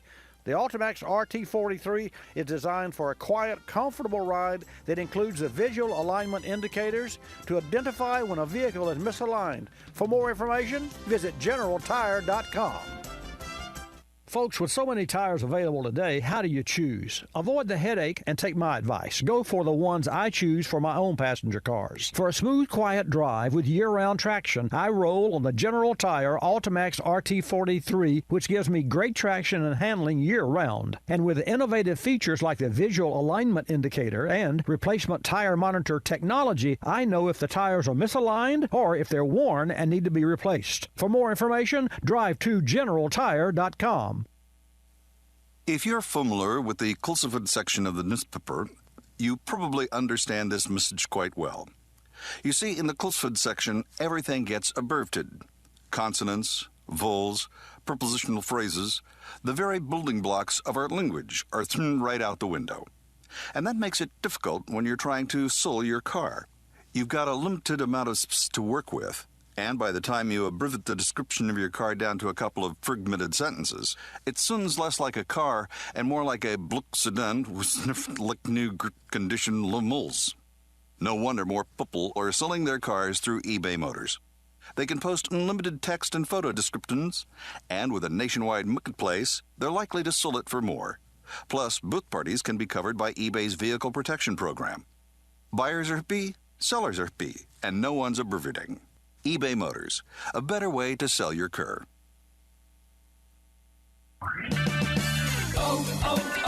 O'Reilly. Need auto parts but can't get to a store right now? Head to O'ReillyAuto.com. Buy your parts online and pick them up in any of the 4,600 O'Reilly Auto Parts stores nationwide. No shipping cost, easy returns, and convenient pickup on your schedule. Shop your way at O'ReillyAuto.com. O'Reilly Auto Parts. Better prices every day. O'Reilly Auto Parts. You're listening to Bobby Likis Car Clinic. Another lending success story from LendingTree.com. Car dealers like playing games. They play percentage points, they play markups, but I don't like playing with my money. So I got my auto loan through LendingTree.com. I filled out one simple form, a marketplace of banks and lenders competed over it, and I got 4 offers back within hours. After all, the car buying game is a lot easier to win when you're holding all the cards. LendingTree.com. When banks compete, you win. For additional information and state license disclosures, please visit our website located at lendingtree.com. Hospice isn't a place, it's a face. And Regency Hospice delivers more faces to you and your loved one when life matters most. Faces of nurses, nursing assistants, social workers, and chaplains. Regency's skilled, compassionate professionals deliver comfort and individualized care. When that time of life comes to you, Regency Hospice will be there for you. Go to regencyhospice.com for more, including Hospice for Heroes Veterans Recognition Program.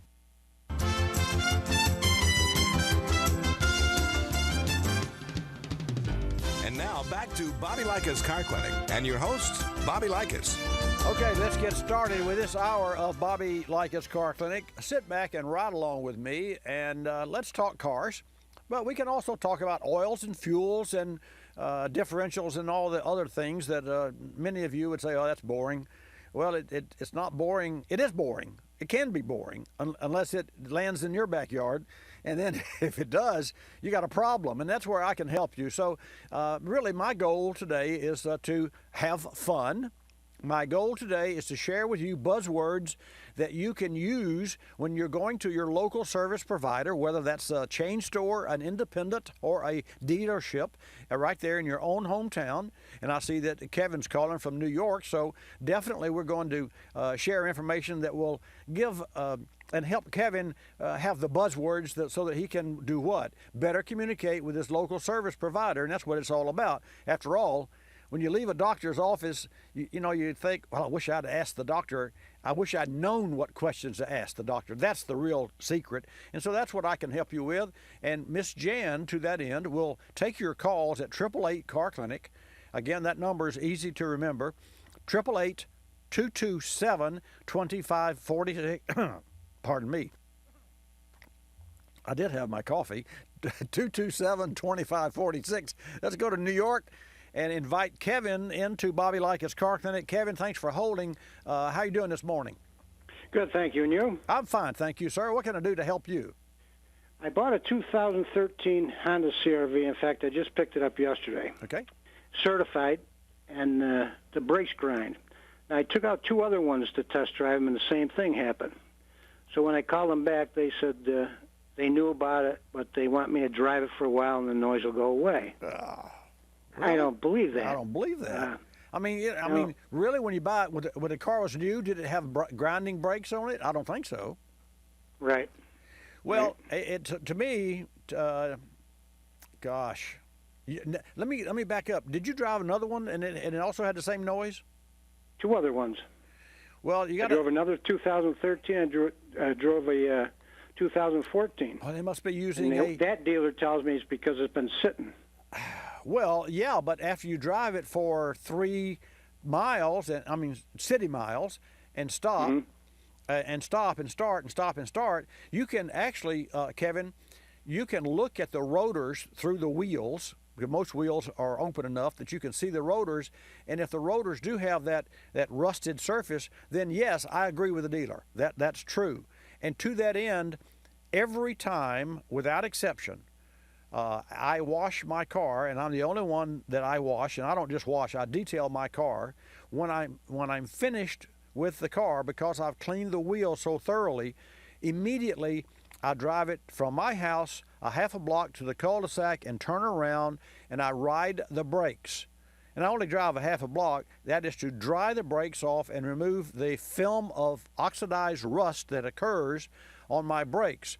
And otherwise, not only do the disc look rusty, which they are, but that rust will build up and can cause the pad to stick to the rotor. I've had that happen in my Viper, because I would clean it and then I would pull it in the garage and it would sit, and I didn't drive it much, and it would sit for a week, and I'd go to back it up and let the clutch out, and bam, the pad would be stuck to.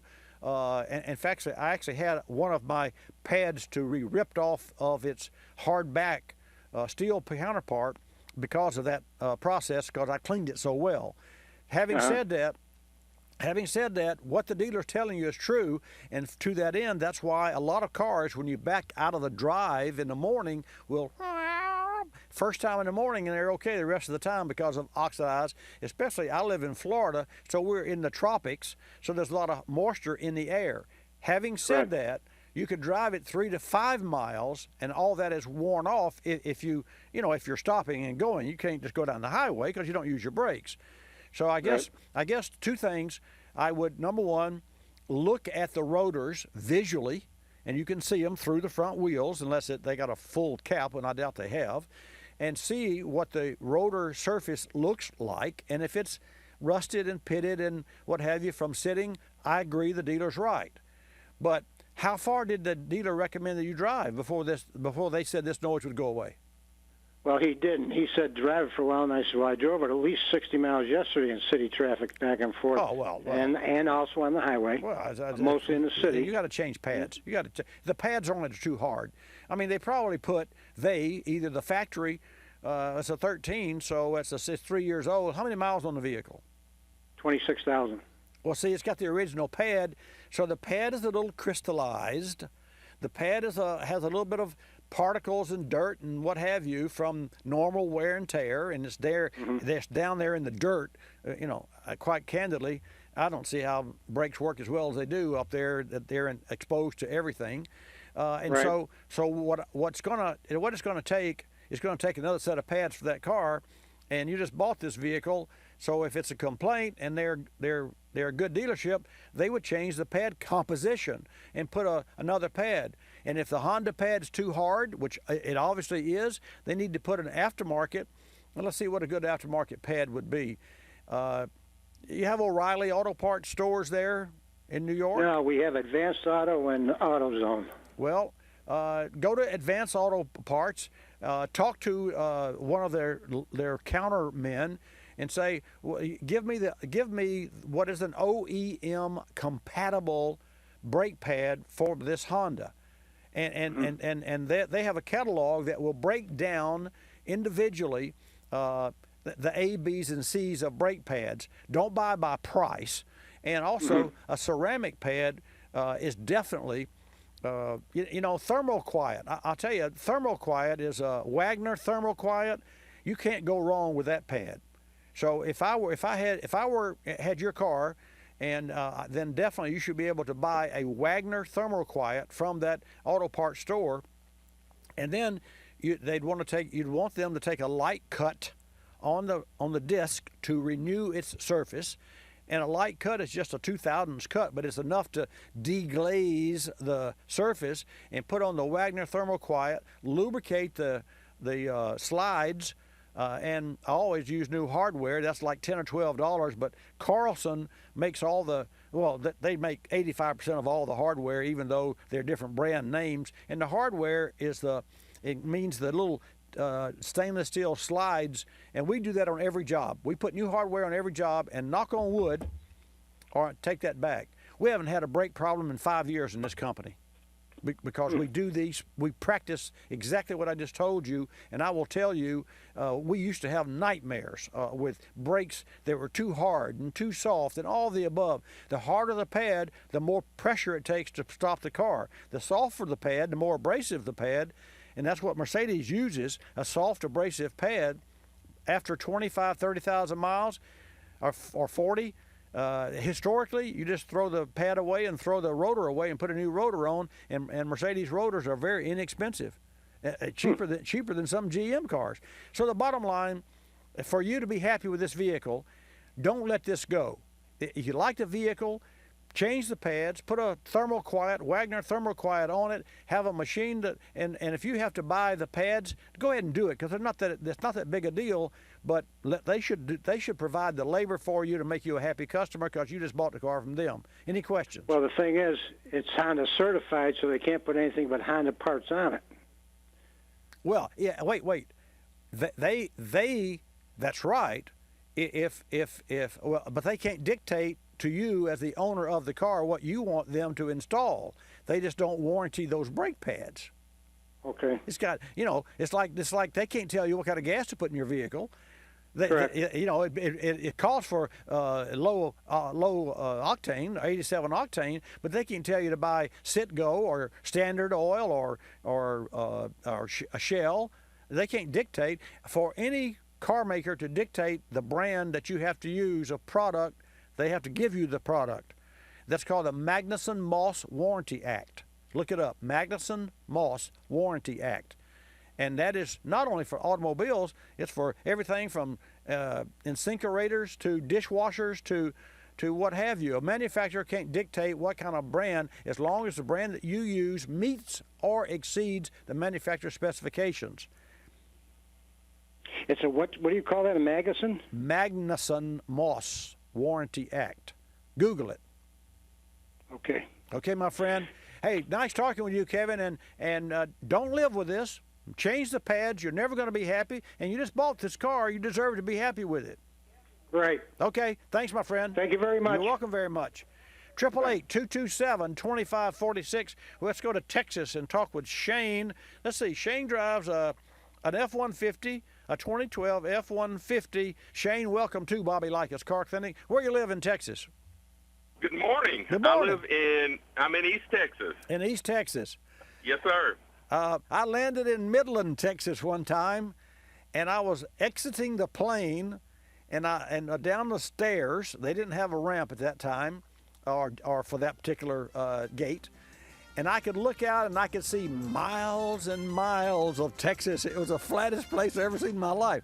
Shane, you stay right there. We can have a break. I'll take your call when I get back. I'm Bobby Likis, calling all technicians with 20 facts about ethanol. Of all the races in which Americans enjoy competing, the one that we all can win is independence from foreign oil. The American ethanol industry is not only significantly stepping up the pace today, producing an estimated 13.9 billion gallons in 209 ethanol biorefineries in 29 states, but also helping to pave the way tomorrow for standalone or greenfield and advanced and cellulosic ethanol biorefineries. Scores of ethanol technology companies are already into the demonstration phase of production, proving that technology to convert everything from corn stalks to grasses to garbage to algae are viable.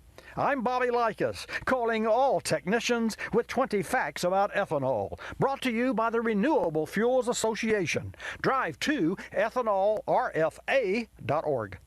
When it comes to your car battery, you expect it to work. Turn the key and go. Thanks to PowerFrame Grid technology, you can count on your battery to be there start after start. Batteries with PowerFrame Grid technology provide superior cranking power with up to 70% better electrical flow than other grid designs. Look for the PowerFrame logo on the outside of your next battery. It means true strength on the inside. Visit PowerFrame.com to find a retailer near you. That's PowerFrame.com. What can open and close hundreds of times a day on your vehicle? Your vehicle's thermostat, which performs two critical jobs: accelerates engine warm-up and regulates engine operating temperature. With so much at stake, like engine wear, fuel economy, emissions, and cold weather drivability, choose the thermostat professional installers choose: Stant. Stant's Superstat is premium grade and features a heavier gauge stainless steel housing and larger heat motor for optimal temperature control. For more Superstat advantages, visit Stant.com. That's Stant.com. You're listening to Bobby Likis Car Clinic. Telephone tip. From Geico Auto Insurance. When calling Geico to switch your car insurance, you will not need acetaminophen, naproxen, indomethacin, ibuprofen, a cold compress, an on-call acupuncturist, or any other pain remedy. In 15 minutes, you could save 15% or more. If it were any more painless, you could do it in your sleep, which is theoretically possible since we offer complete 24-hour service. Call 1-800-947-AUTO, 1-800-947-AUTO. Geico Direct, the sensible alternative. When you purchase the latest TV, tablet, or smartphone, don't forget to do the right thing with your old ones. Recycle them. The Consumer Technology Association and its members are making recycling your old devices as easy as buying new ones. Just go to greenergadgets.org, type in your zip code, and you'll instantly find the recycling location closest to your home. You'll also find recycling tips, like asking the store where you buy your new TV if they'll haul away your old one. Don't let your old tech tools clog your local landfill. Just visit greenergadgets.org.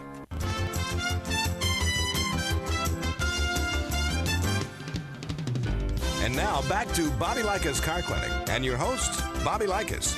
And folks, welcome back to this segment of Bobby Likis Car Clinic. Thanks for tuning in today. Just remember, every Saturday as long as I can draw a breath, and I'm drawing a lot of breaths today. From 10 till noon Eastern Time, I come to you on your local AM and or FM radio stations, and also via watchbobbylive.com.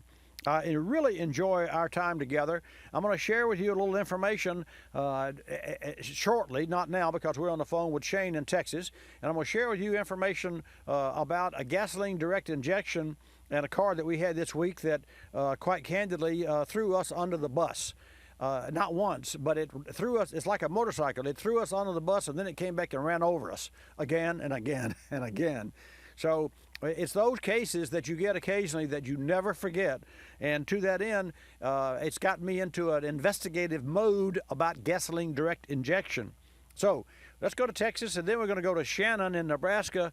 And then I'm going to take your calls at 888-227-2546. Shane, let's start with your 2012 F-150. You have a question for me, and thanks for holding.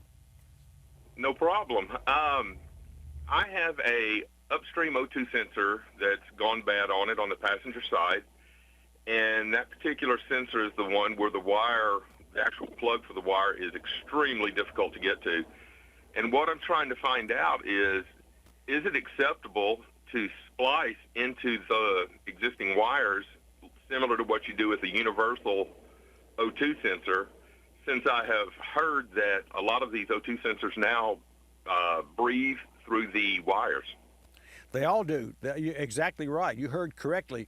And folks, what an O2 sensor does through osmosis is it measures the oxygen that's in the exhaust and versus the oxygen that's in the air. It's an oxygen sensor.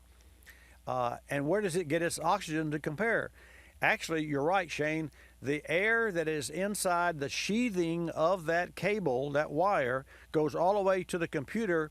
So it actually draws its air from inside, not from the computer, but from the passenger cabin that is protected environment and not a wet environment, because the biggest challenge with today's cars is oxidation of wiring and bad grounds and ohms resistance. Ohms resistance is a huge challenge. Now, having said that, you are certainly can cut and splice if you use heat shrink tube, and I would say that you would have to do it properly. I would want you to, rather than making one big lump, well, first I'd rather you put the real one on there and deal with the fact that it's hard to get to, and that would be my official answer. But if you're not going to do that, then I'll help you do it your way, the right way. So I would cut that wire, and rather than have one splice located, let's say that we've got a 5-inch span of accessibility there. Rather than have 2.5 inches, you cut all the 3 wires 2.5 inches right in the middle and put one big clump of splice there.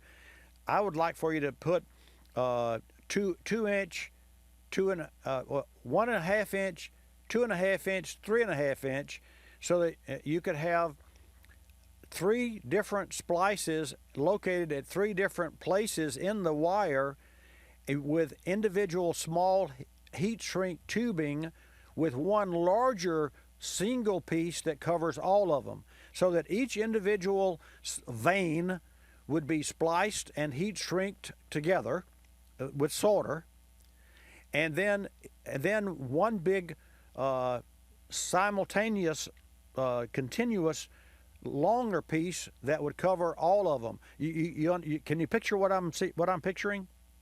Sure, you're wanting to stagger the cuts instead of making them all at the same location. Yeah, I wish you'd have said that. You hear this? He did a better job than I did. Yeah, stagger the cut, but that way you don't have one big clump, sure. and in the middle, because that doesn't work and it's hard to seal. And this way you can have a uniform, nice-looking.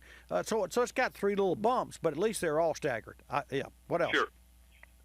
Now, you had said to solder them. Is that preferable? Because I had also been told by various people that the preferable way to do it would be to actually crimp the wires as opposed to soldering them together. Well, I prefer solder when you use the right solder for the wire itself, making sure that you can solder the wire itself. And what you could do, you know what would be really the easiest, well, you always test first, like in what the carpenters say, measure twice, cut once. Yes. So you might want to unscrew the original O2 sensor and then maybe cut the wire, the original wire, say an inch from a sensor, so that you've got enough wire on the sensor that you can use as a test for solderability. You know, some wires don't like to be soldered, so what you heard may be correct. And we use, in fact, a different solder for different wires, and there's acid core and flux and all those other things. I don't normally do that now. Having said that, I just replaced, and this is online, an O2 sensor for an '84 Mercedes, and had to, because it goes up into the car through the floorboard, and actually this picture's online, by the way, at Facebook. I had to, and it did come, the oxygen sensor, universal, Bosch, came with a terminal already crimped on it that had a female other end. So if a crimp is good enough for Bosch, it would be good enough for me.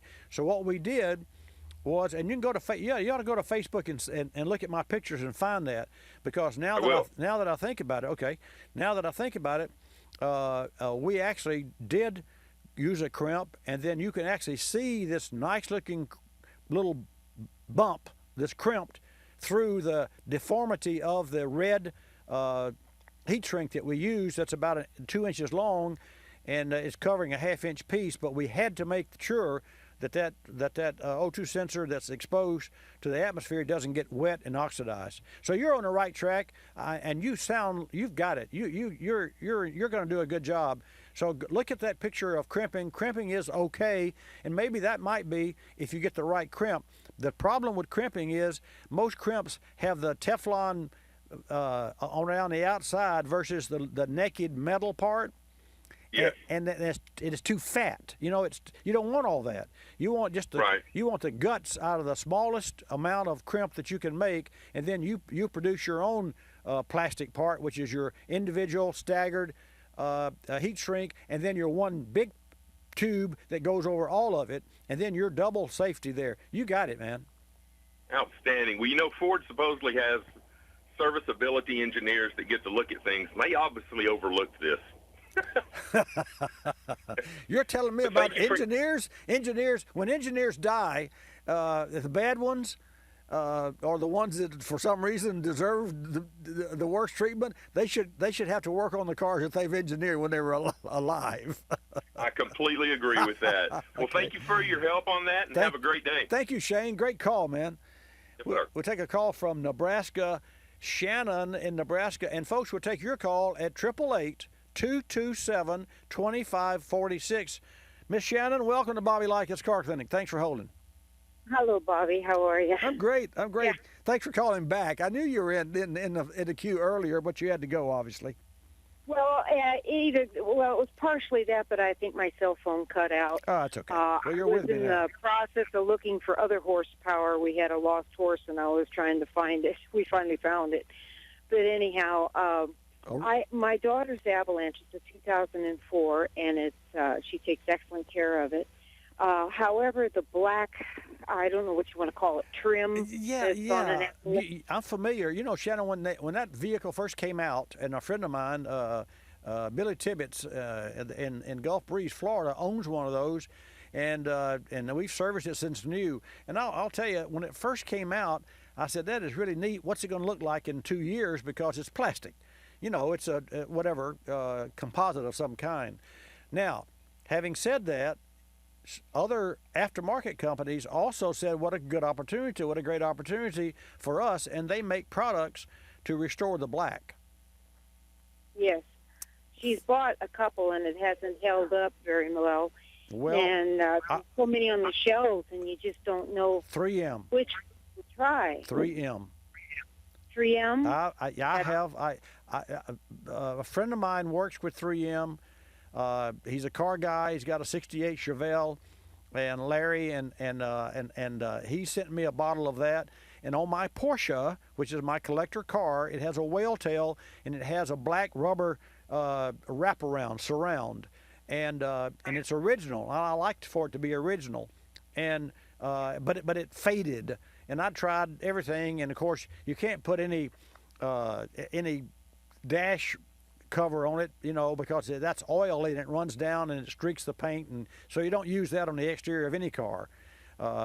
Having said that, I put the 3M black on there, and it was so easy and it worked so well, it blew my mind. I was really surprised, and to this day, this has been 4 or 5 years. Now, the car doesn't sit outside, granted. It sits inside because I prefer it, and it's a collector's car. But nonetheless, if I had an Avalanche, that's what I would use, 3M, and I'm not sure where you can buy that.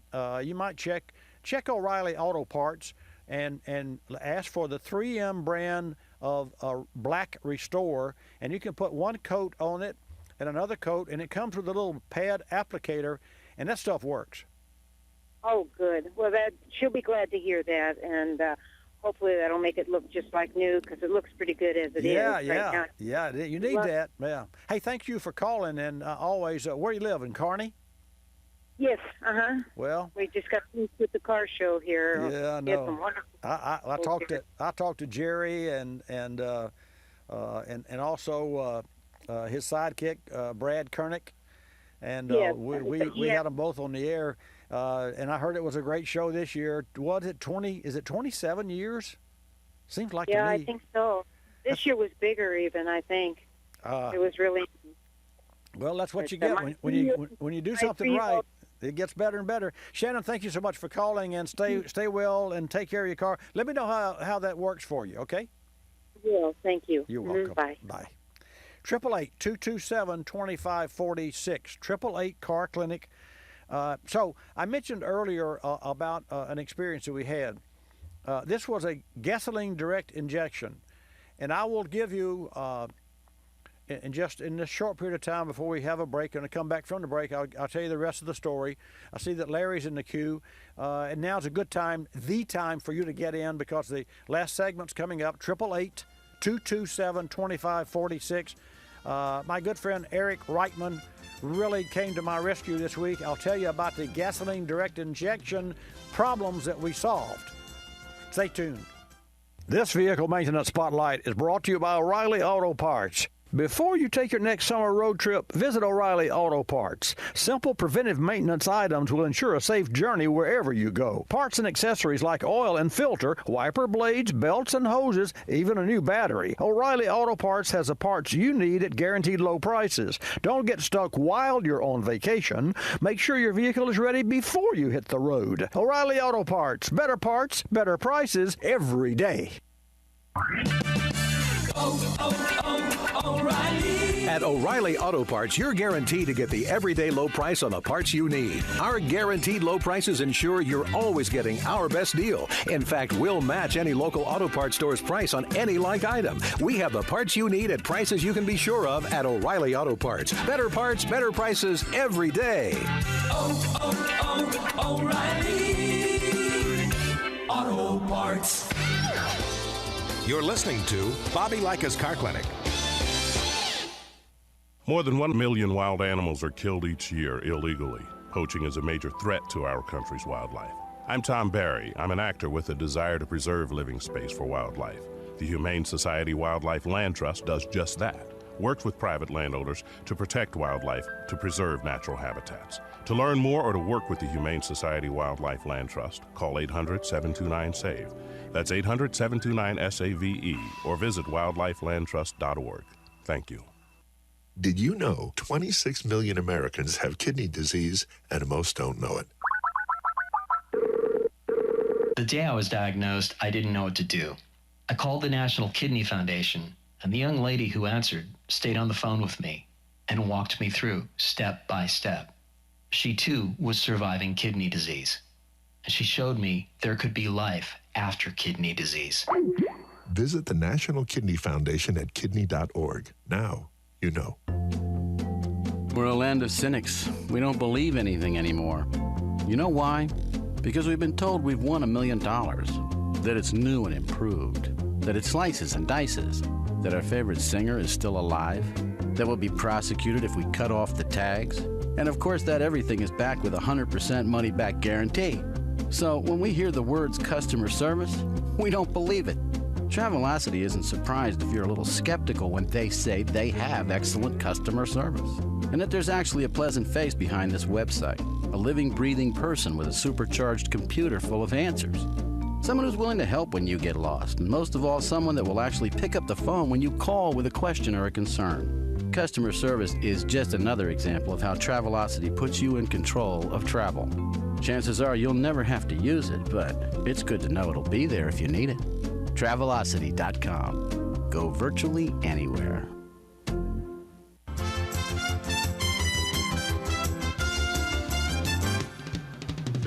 And now back to Bobby Likis Car Clinic and your host, Bobby Likis. And welcome back to this segment of Bobby Likis Car Clinic. I would ask that Bill and Larry, who are in the queue, to hold. I'm coming to you next. And Larry, you'll be first up from Missouri. But first, I want to share with you what I see as an epidemic. And remember this, because if you're driving an automobile that has my favorite design, like the EcoBoost Ford, or Audis, or Mercedes, or GM cars that has GDI, gasoline direct injection, you are currently driving a vehicle that has a self-destruct, or not destruct, I'll take that back. It has a destructive force going on inside that engine that is caused by the emissions systems and that do not work with the current design of gasoline direct injection. What's direct injection as compared to what it was before? Port injection is where you spray fuel behind the intake valve into the intake port, like the lungs of the engine. Engine breathes in air and gasoline is sprayed into the intake port.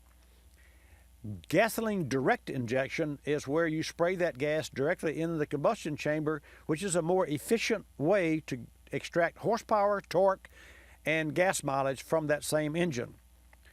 The challenge with that is that when you take away the port injection, you still have the oil from the PCV system, and you still have the oil from the valve guide that coats the back of the intake valve. And what happens is this layer of oil, and then it gets mixed with exhaust, because EGR valves, exhaust gas recirculation valves, put 7% of the exhaust back into the mouth of the engine. So here you've got a wet lung. I call it the black lung disease. You've heard me talk about this many times.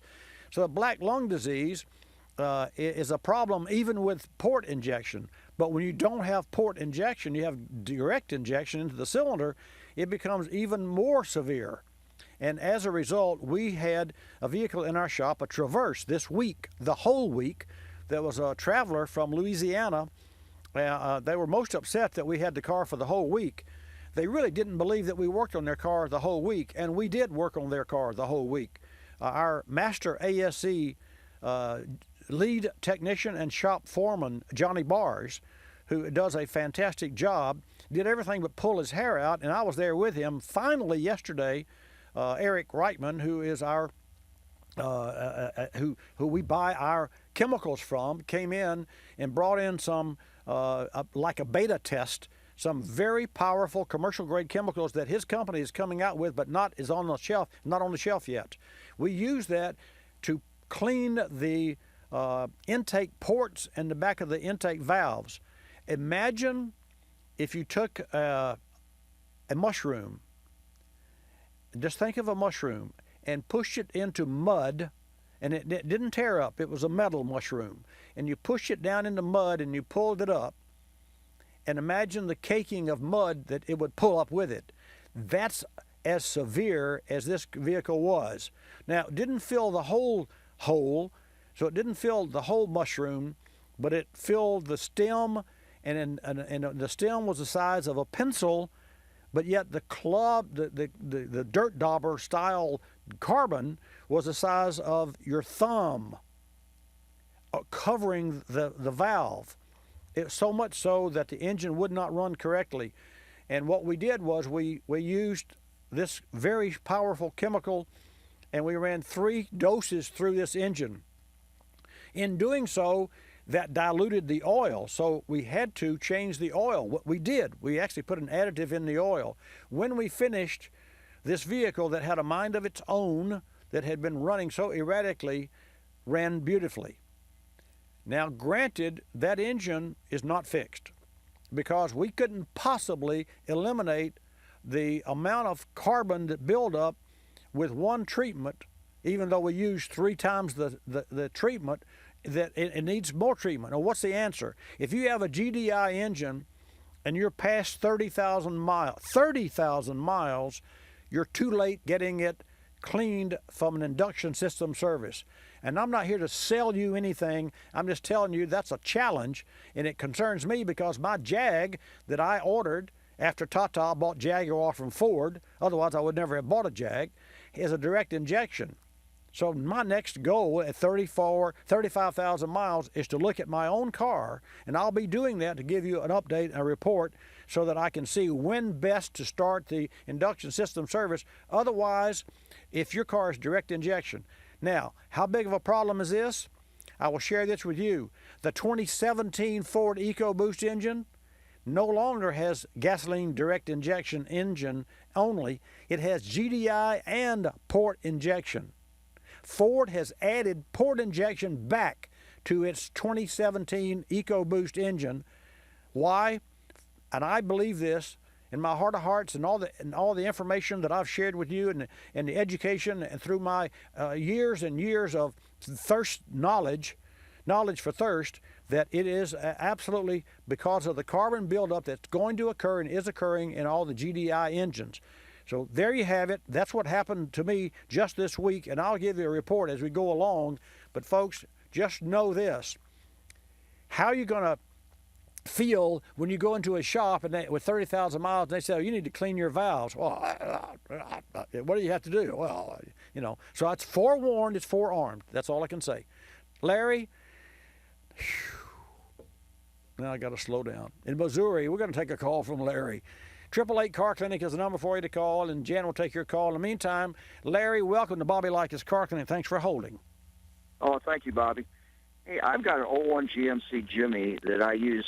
I live in Missouri, and I go to Nebraska and South Dakota hunting in the fall. Yes, sir. And the cruise control, I had a transmission put in. I don't know if this has anything to do with it, but now the cruise control is, I'll start up a grade, and it'll downshift.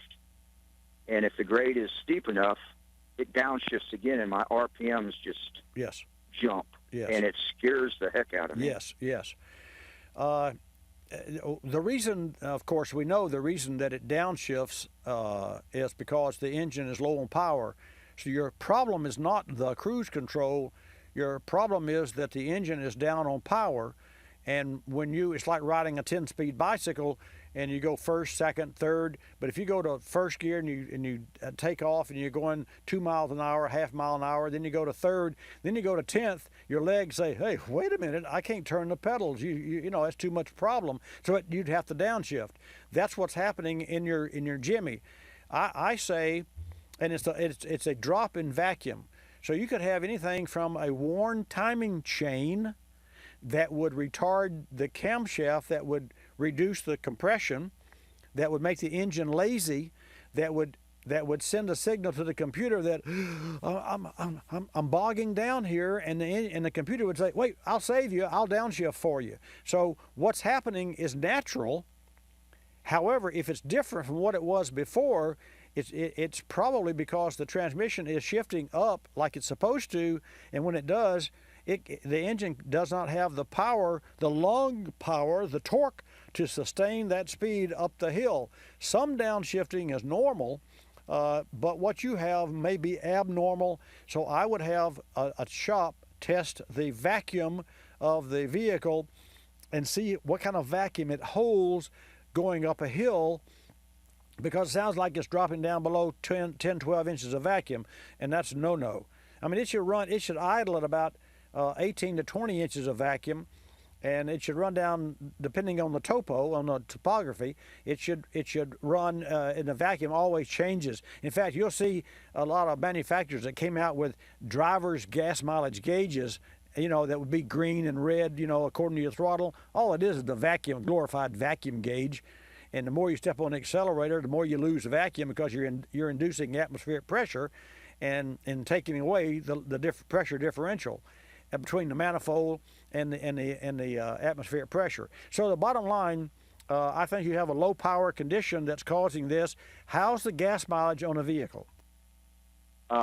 It's run consistent about 18 miles to gallon. Well, I take that back. On trips, I get much better. Well, yeah, I'm speaking of trips. We're talking trips here because you don't use a cruise in town. So is your gas mileage comparable to what it's been in the history of the vehicle? Yeah, I haven't noticed any drop in gas mileage. And power, how's the power seem to you? Well, it seems like it's awful sluggish lately. Yeah, see, you could have a restricted exhaust, you could have a converter. Any check engine lights on? Occasionally it does come on. Okay. The fact that it occasionally comes on means that there's some threshold that is exceeded and the light comes on, then once you drive through a couple of drive cycles, it goes off. The good news is the code that made that light come on is still stored in the car. So take it to a certified shop, and you can go to asashop.org to find a certified shop and have them to not only read the codes, but check the architecture. Now, here's the difference between reading a code. A parts company advertises a lot that they can read your code. Well, anybody can read a code. That doesn't mean anything except, there's code. All right, there's a code stored in there. What you have to have with the professional, and what we do, is we get beyond the gatekeeper, which is an electronic gatekeeper that keeps everybody out of that system. We get beyond the gatekeeper because they recognize that we have the authority and the expertise to do so, and we get into the architecture of the software to make things work. We can trigger electronics, and we can trigger suspensions, and we can trigger EGR valves and emissions controls and what have you, all from a laptop by getting into the system without jailbreaking it. But in essence, we're legally jailbreaking the system, and because we have the professional tools to do it. So have a legal shop, which is an ASE certified technician, read the codes and check your car to see what codes are there and share with you what's in the code, because there's a problem on low pressure and low power and low torque. I'm glad you called me. Let me know how it works out for you. Thank you very much. Thank you very much. Safe driving, Larry. And now we're going to go to Bill in South Carolina. Bill, welcome to Bobby Likis Car Clinic. Thanks for holding. So what Yes, kind sir. of mileage, or what kind of miles can you expect out of a set of brakes on a car? It depends on whether I'm driving or my wife. I mean, I've got 44,000 miles on a car manufactured in 2004. Well, 60,000 miles, some cars go 60, 70,000 miles. We have mail route people that use hard pads, and every 2 months they got to put pads on the car because they stop go. So it all depends on the driving, really. If you're a moderate driver and you don't run up to a stoplight and slam the brakes on, you can expect, I would think, 55, 60,000 miles. I had a gentleman that came through here from Louisiana, had 100,000+ miles on his Porsche, and said he had the original brakes. And I said, yeah, right.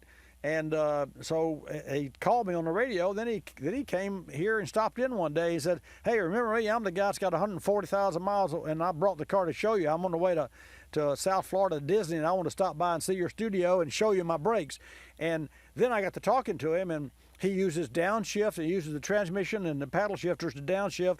So, yeah, it's the way he drives. But he truly does have 140,000 miles on the original brakes in that car.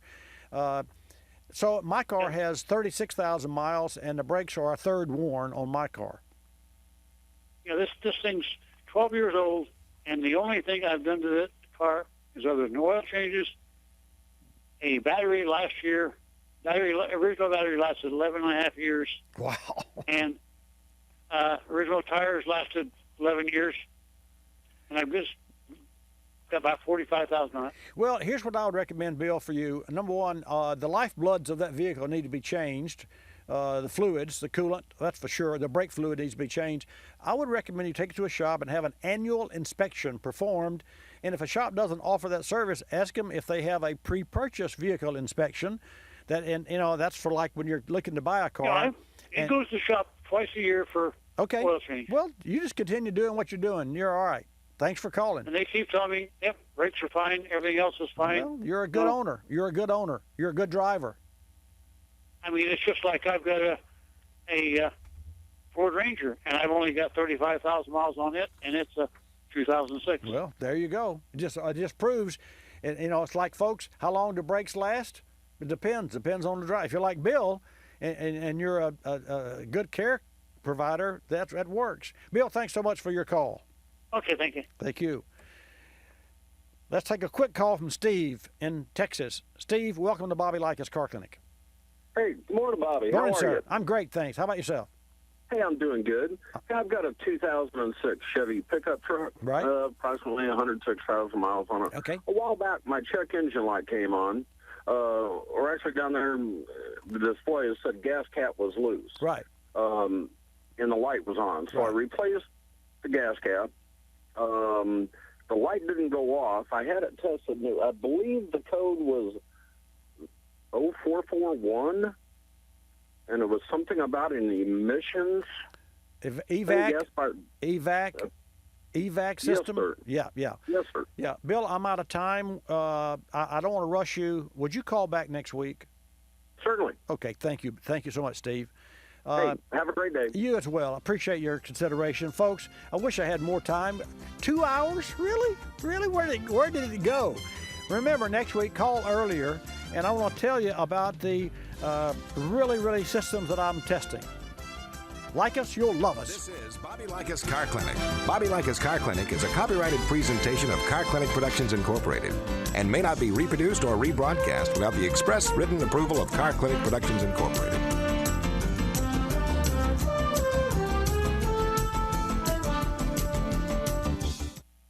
We're going to provide some more feedback this week on the Diablo Sport InTune i2 Performance Programmer. After a very easy installation, we were set to tune and test. The improvements were drastic and so obvious. Throttle response increased dramatically, and our tune generated more low and mid-range torque. Cold start and off-the-line response was crisper and cleaner. The transmission shift points and quality stepped up a notch, too. Wonder how your vehicle's iTune is performing? The i2 provides an easy way to find out. It actually retrieves diagnostic data you can export to a PC and play back on Diablo Sport's data viewer logging software. Regardless of your vehicle, you can buy additional licenses to tune any vehicle supported by Diablo Sport. We'll have more information about the InTune i2 in the coming weeks. In the meantime, drive to DiabloSport.com, and while you're there, check out the sizzling savings rebate going on through August the 31st, where you can receive money back on the InTune i2 and Trinity Performance Programmers. That's DiabloSport.com.